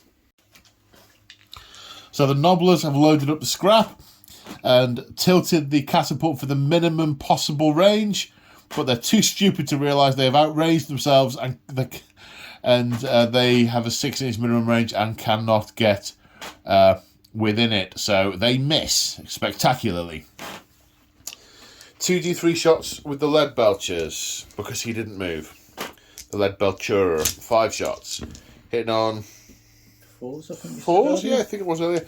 1 hits, 1 wound. 1 at -1 on the thingies. So 5 up. Loves it. It starts as a 4, does it?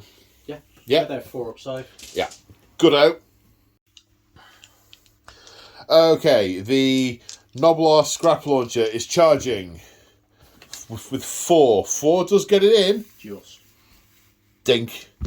It is a Rhinox model, so on 6s they will do mortal wounds for 2 mortal wounds. Ward saves. Ah, of course. Nope. Was it a 6-up ward, was it? Yeah. So they're the closest. And the Gorger, does the Gorger make it in? On a double 1, it does not. That Gorger, not the best. The Ice Brow Hunter is going to attempt to charge. Needs a 9. Gets a 9. So we'll end up within 3 inches of the War Machine. Yeah, which is going to unleash hell. Yes. How many racks are you firing? All of them. All of them. There's your double. D3 mortal wounds, is it? I think it's 1. It can't fire. But it takes 1. Let me just double check. Takes a mortal wound. Takes a mortal wound. It has 6 left.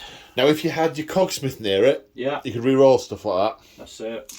Lessons learned. Alright. The Mournfang. 7. Dink gets him in. Oh, hang on. Right. 5. Sorry. 1, 2, 3, 4, 5, 6, 7. Mortal wounds on a 6. I'm going to try and drive through the wizard. No mortal wounds. I forgot the Icebrow Hunter, who rolled a 9. So he needs 6s. Is that 4? 4 mortal wounds. He basically just shoulder barges into that volley gun. 2 wounds left.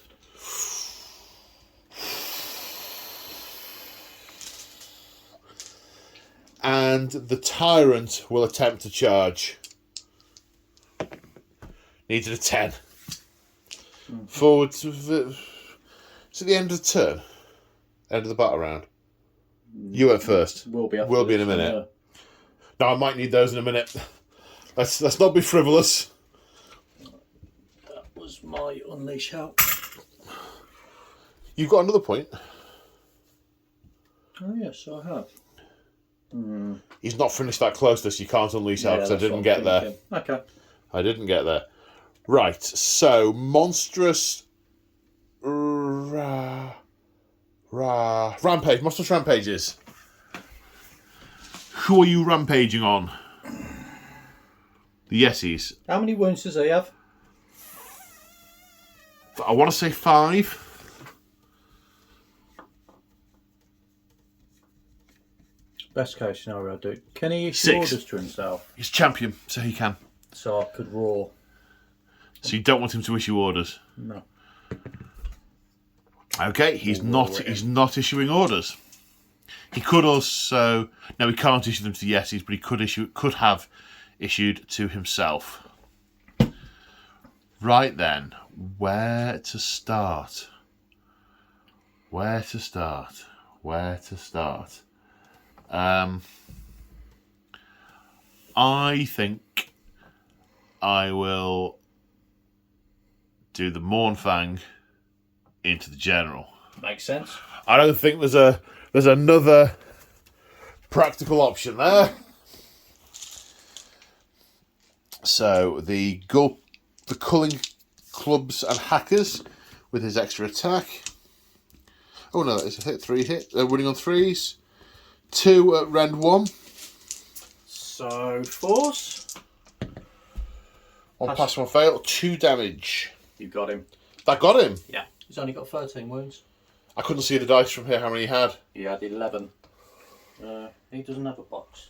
Put him there. And there's no coming back for him this time. Okay. Where do you wish to activate, sir? Rune Lord, because we've made it his finest hour. Rune Lord's finest hour? So it's +1 to wound, +1 to save, isn't it? That's correct. So with the command point I have left, he can all out attack. Attack, okay. So hitting on freeze, 1 hit. Wounding on freeze, 1 wound. Ren? Nada. 5, which I pass.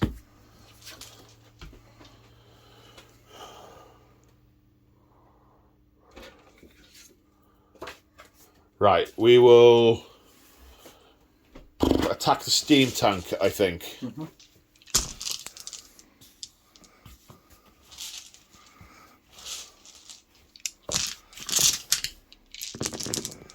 On 3s. Winning on 3s. 7 at -1. Good news will be 4s.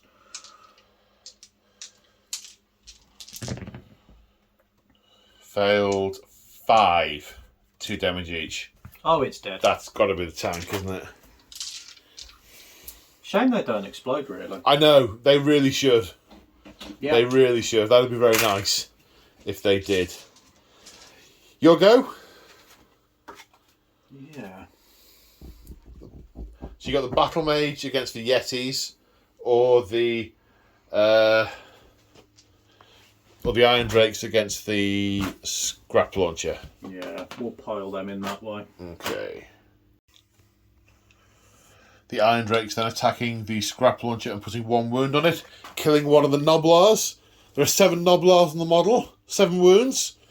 It's a dead Noblar as far as I'm concerned. The Icebrow Hunter now attacking the Volley Gun. 4 attacks with his Culling Club. Hitting on 3s, 3 hits. Wounding on 3s, 3 wounds. No rend, but 2 damage each. So 4s. Oh, They all pass. that's I'm not going to lie, that's unexpected. Unexpected, quite. My go? Yep. I might as well attack with a wizard. Wizard against the Yetis. Yes, with his 1 attack. That hits. And wounds. Wounds. Rend No 1. save D3. for 1, which I shrug on a 6. Oh dear. Okay, 2 Yetis attacking back. 3 hits. 1 wound. No rend. Rend of 1, Oh, I No think. save then. 2 damage. So he has took 3 so far. He's got 2 wounds left. Okay. Are there any other combats? Have you fought with your I haven't fought with the scrap launcher or the gluttons, actually. Yeah. So, the gluttons will pile into the Rune Lord and mess up the terrain. 12 attacks in on 3s.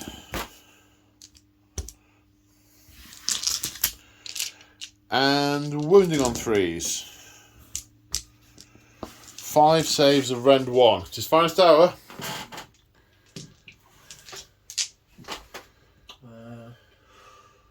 Back to 4s then. 1 gets through 2 damage. How many does he have? He's gone. Knocked sprawling.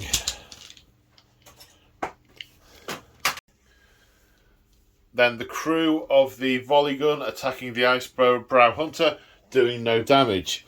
And lastly, I think it's lastly, the scrap launcher. So the sharp horns from the Rhinox.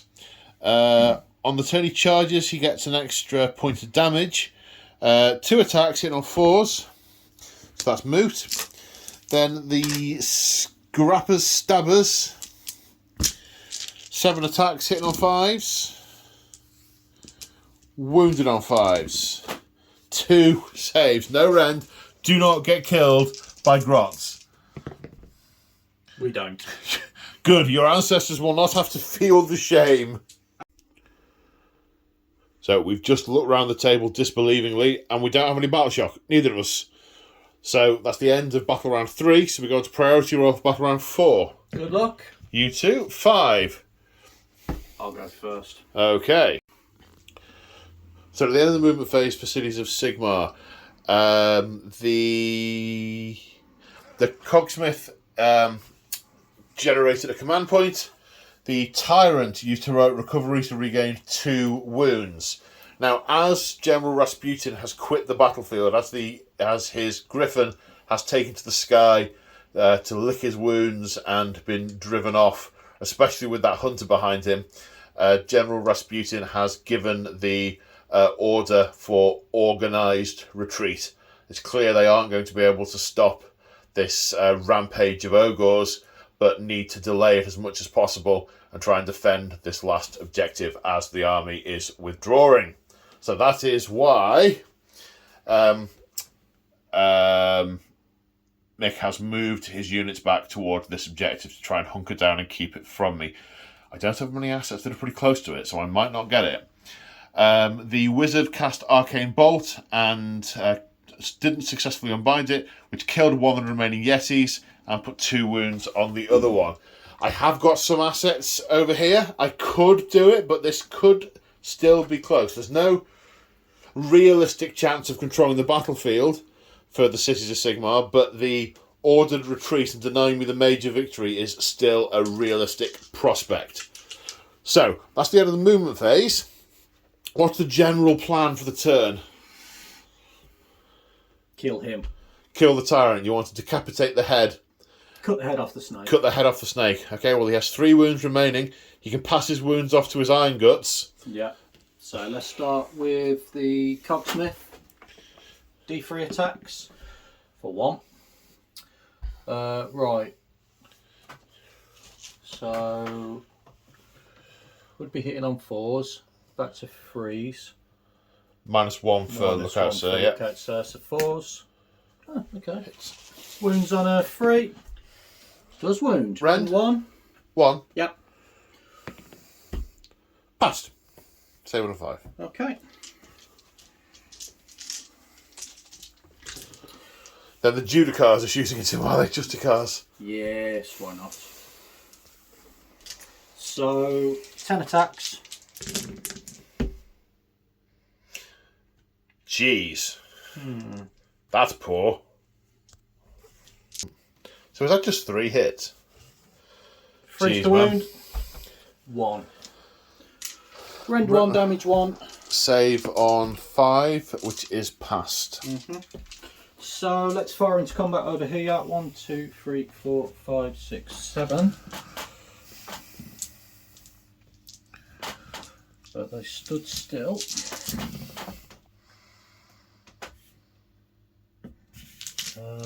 Freeze, but I just want to check. I think we've all gone through there, mate. Ren 1, damage 1. Okay, saving on 5s. 1, that's 4 more damage onto the Noblar Scrapple Launcher. It has only got 2 wounds remaining. So let's fire into combat here. All profiles, because why not? Okay, 6 attacks. So 6 attacks, hitting on 4s. 3. Wounding on freeze. Or go through. Rend of Rend 1, damage 1. 3 saves of definitely not that, and probably that. Yep, 2 damage taken by the Ice Brow. Charge phase then. So, 8 they are in. So the Stormcast's charging over here and trying to bring down this Yeti and this Mournfang. The Stormcast attacking over here finished off the Yeti and put a wound on the Mournfang. Over here, the Noblar Scrapple Launcher to attack. 2 attacks from the Sharp Horns. 1 hits. Wounds. Rend of 1. so fails. D3 damage for 1. 1 dead. Then the 7 attacks from the Noblars. 4 hits. 3 wounds. Uh-oh. Rend. None. 2 more. Oh, the ignominy. Brought low by a grot. What have I got? You've got the wizard into the Mournfang. Mournfang has an attack. I don't know if the wizard can take out the Mournfang. How many wounds have you got left? I'll be very surprised. 5. Oh no, not a chance. I've got 1 attack. Right. So, how many wounds this thing got? 7 in total, so 5 left. No, no chance there then.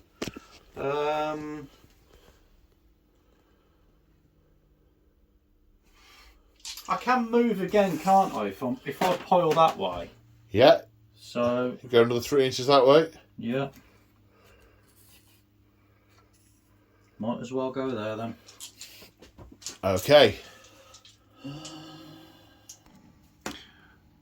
Then the Iron Drake's putting 1 more wound on the Scrapple Launcher. It has 1 remaining. Then over here it's the Mournfang's turn. The Rider is going to go into the Wizard and the Mournfang into the Stormcast. So the Rider hitting on 3s, 2 hits. Wounding on 3s, 1 wound, rend of 1, damage 2. Sorry, this was on the Wizard. rend. 1. Oh no, save then. Damage 2. Dead. Okay, then 4 attacks from the Mount into the Stormcasts. 2 hits, no wounds. Is there any more? Is it just the Ice Brow? Yeah. 4 attacks with his Culling Club. Running on 3s. 2 wounds, no rend. 4s? Nope. 2 damage. It's gone.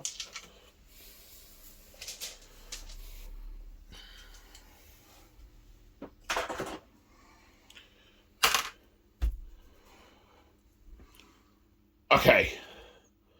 So that's the end of City's turn 4. Now into Ogre's turn 4. Mm-hmm. So at the end of the movement phase, the Iron Launcher ran round here. Well, let's say ran round here. It's not firing this turn, but maybe next turn. I missed one. Followed closely by the Lead Belchers, because this way being rather blocked. The Ice Bow Hunter moving up to the Stormcast to try and take those out. He counts as 5 models at the moment because he is because of might is right. So the contesting of that objective could be interesting. The knackered Scrapple Launcher has driven off, being very sensible because it's been clubbed to death by Duardin, which has led for the Gluttons to be able to move up. That Lead Belcher staying put to be able to do shoots. The magic, the magic part of the psychic of the hero phase was a bust. So we are on to shooting and stuff. So, at the end of the shooting phase, the lead belcher killed nothing. The pistol on the Mournfang killed nothing. Nothing else is in a position to be able to fire. That is all the shooting. The Ice Brow Hunter. Oh, I did miss something. And it's only... sorry, leaning over to pick up a book. Not Ex-Mercenary, that's the wrong page. The Grasp of Neverwinter. Because they were within 3 inches of the Mournfang, which is a Beastclaw Raiders unit, we roll dice in the hero phase. If it's equal to or less than the number of current battle rounds, the Grasp of Everwinter has caught up with them and done them mortal wounds. Okay. So 4 or less? No. Everwinter still not arrived. So the Icebrow Hunter charging for 3, which is enough to get him in. Does he do any mortal wounds? On 6s, yes. 1 mortal wound. The Tyrant is going to attempt to charge. On an 8. Does that get him in? Yeah. And I roll 8 dice. Didn't realise he's lead. Yeah. He's heavy. I think he's a War Machine miniature, I think. I'm really not sure. Okay, because of his big name, it's going to do mortal wounds on 4s. Yep. 1, 2, 3, 4 mortal wounds. He's probably got 5 wounds, I imagine. Yeah, got 1 wound left. Okay, then these Gluttons are charging in. On a 7. Are you unleashing hell? Oh, yes. How many have I got? 4.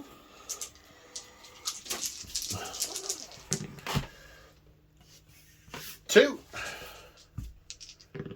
1. Saved. Then 7 dice charging in. 6s to slam into you and do mortal wounds. 2. I tread on 2 Dwarden.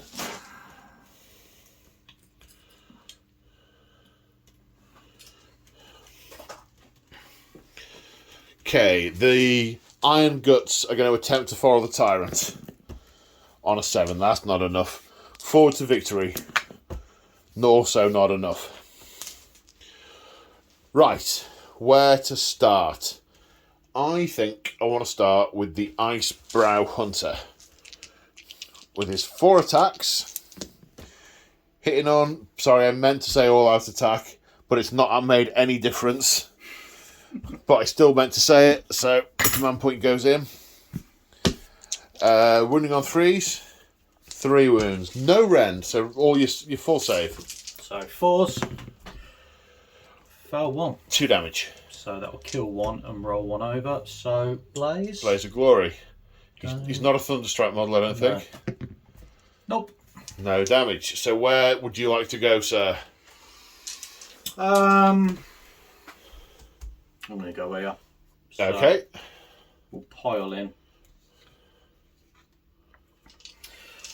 I believe this will be 5 attacks plus 1 for the prime. So on 3s. Wouldn't it be 4 attacks plus 1 for the prime? Oh, 5 including 3, 1 for the prime. 4, yeah. 4s. 3. No rend? Rend 1. Rend 1? Yeah. Wow, okay. Saving on 5s. No, they go through. Puts me on to 4 damage. I will all-out attack with him for another command point.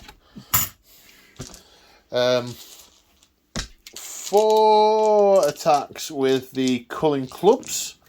Hitting on 2s because of all-out attack. Winning on 3s. 3 at rend 1. So 5s. Nope, No, 2 damage each. So That's going to leave 1 on 1 wound. yep. So Blazes. Yeah, so you may as well do them all together. So 6 dice. Looking for 2 more wounds. 2 6s. Puts him on 6 damage. That kills him. But the attacks from the Mournfang will happen at the same time.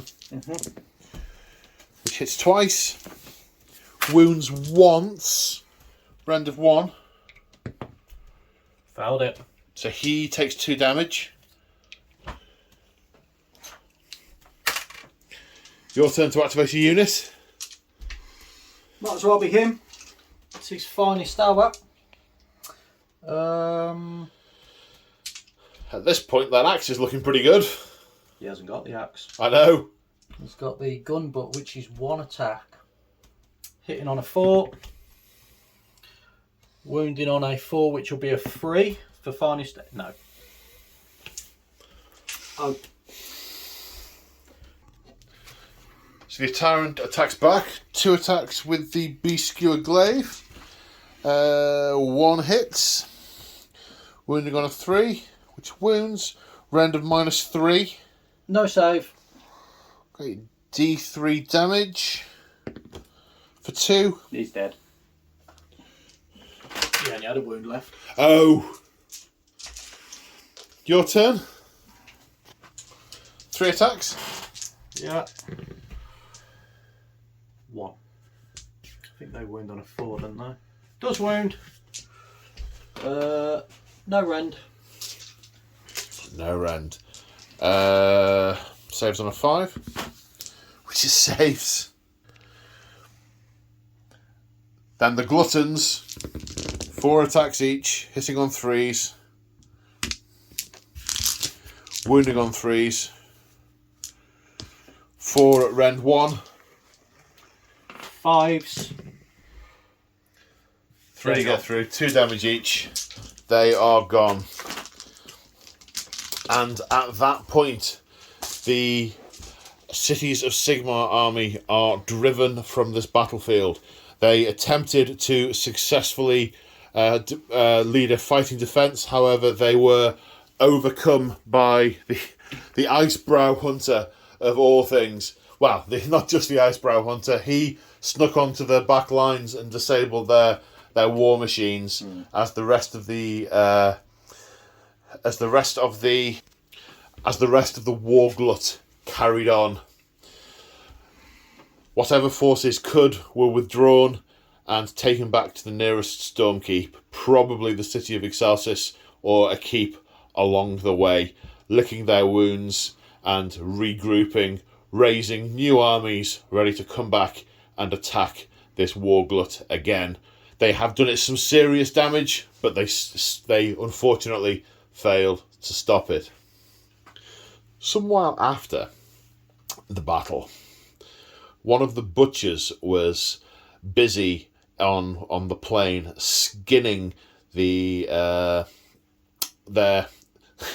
food, skinning the herd beasts that they had just culled, when all of a sudden on the horizon he saw a large group of Troggoths approaching him, and including a Trog boss. Often Troggoths make good allies for the Ogors, so decided not to instantly attempt to slay them with the rest of the war glut. He knew the gulping god was bringing him a bounty. He could just tell. He could feel it in the entrails around his neck. As the Troggoths came closer, he saw they were surrounded by lots of little diminutive creatures, a little bit like Noblars, but shorter, wearing black cowls. At the head of them, surrounded by Troggoths and Trog bosses, was a slightly more, let's say, regal-looking grot, who had a cape that was being held by 2 squigs and a large loon crown. He came closer, and the butcher knew he was on the verge of something. "What do you want?" "I has got a cunning plan where yous is going to get all the umis you could possibly want to eat." "Go on, I'm listening," said the butcher.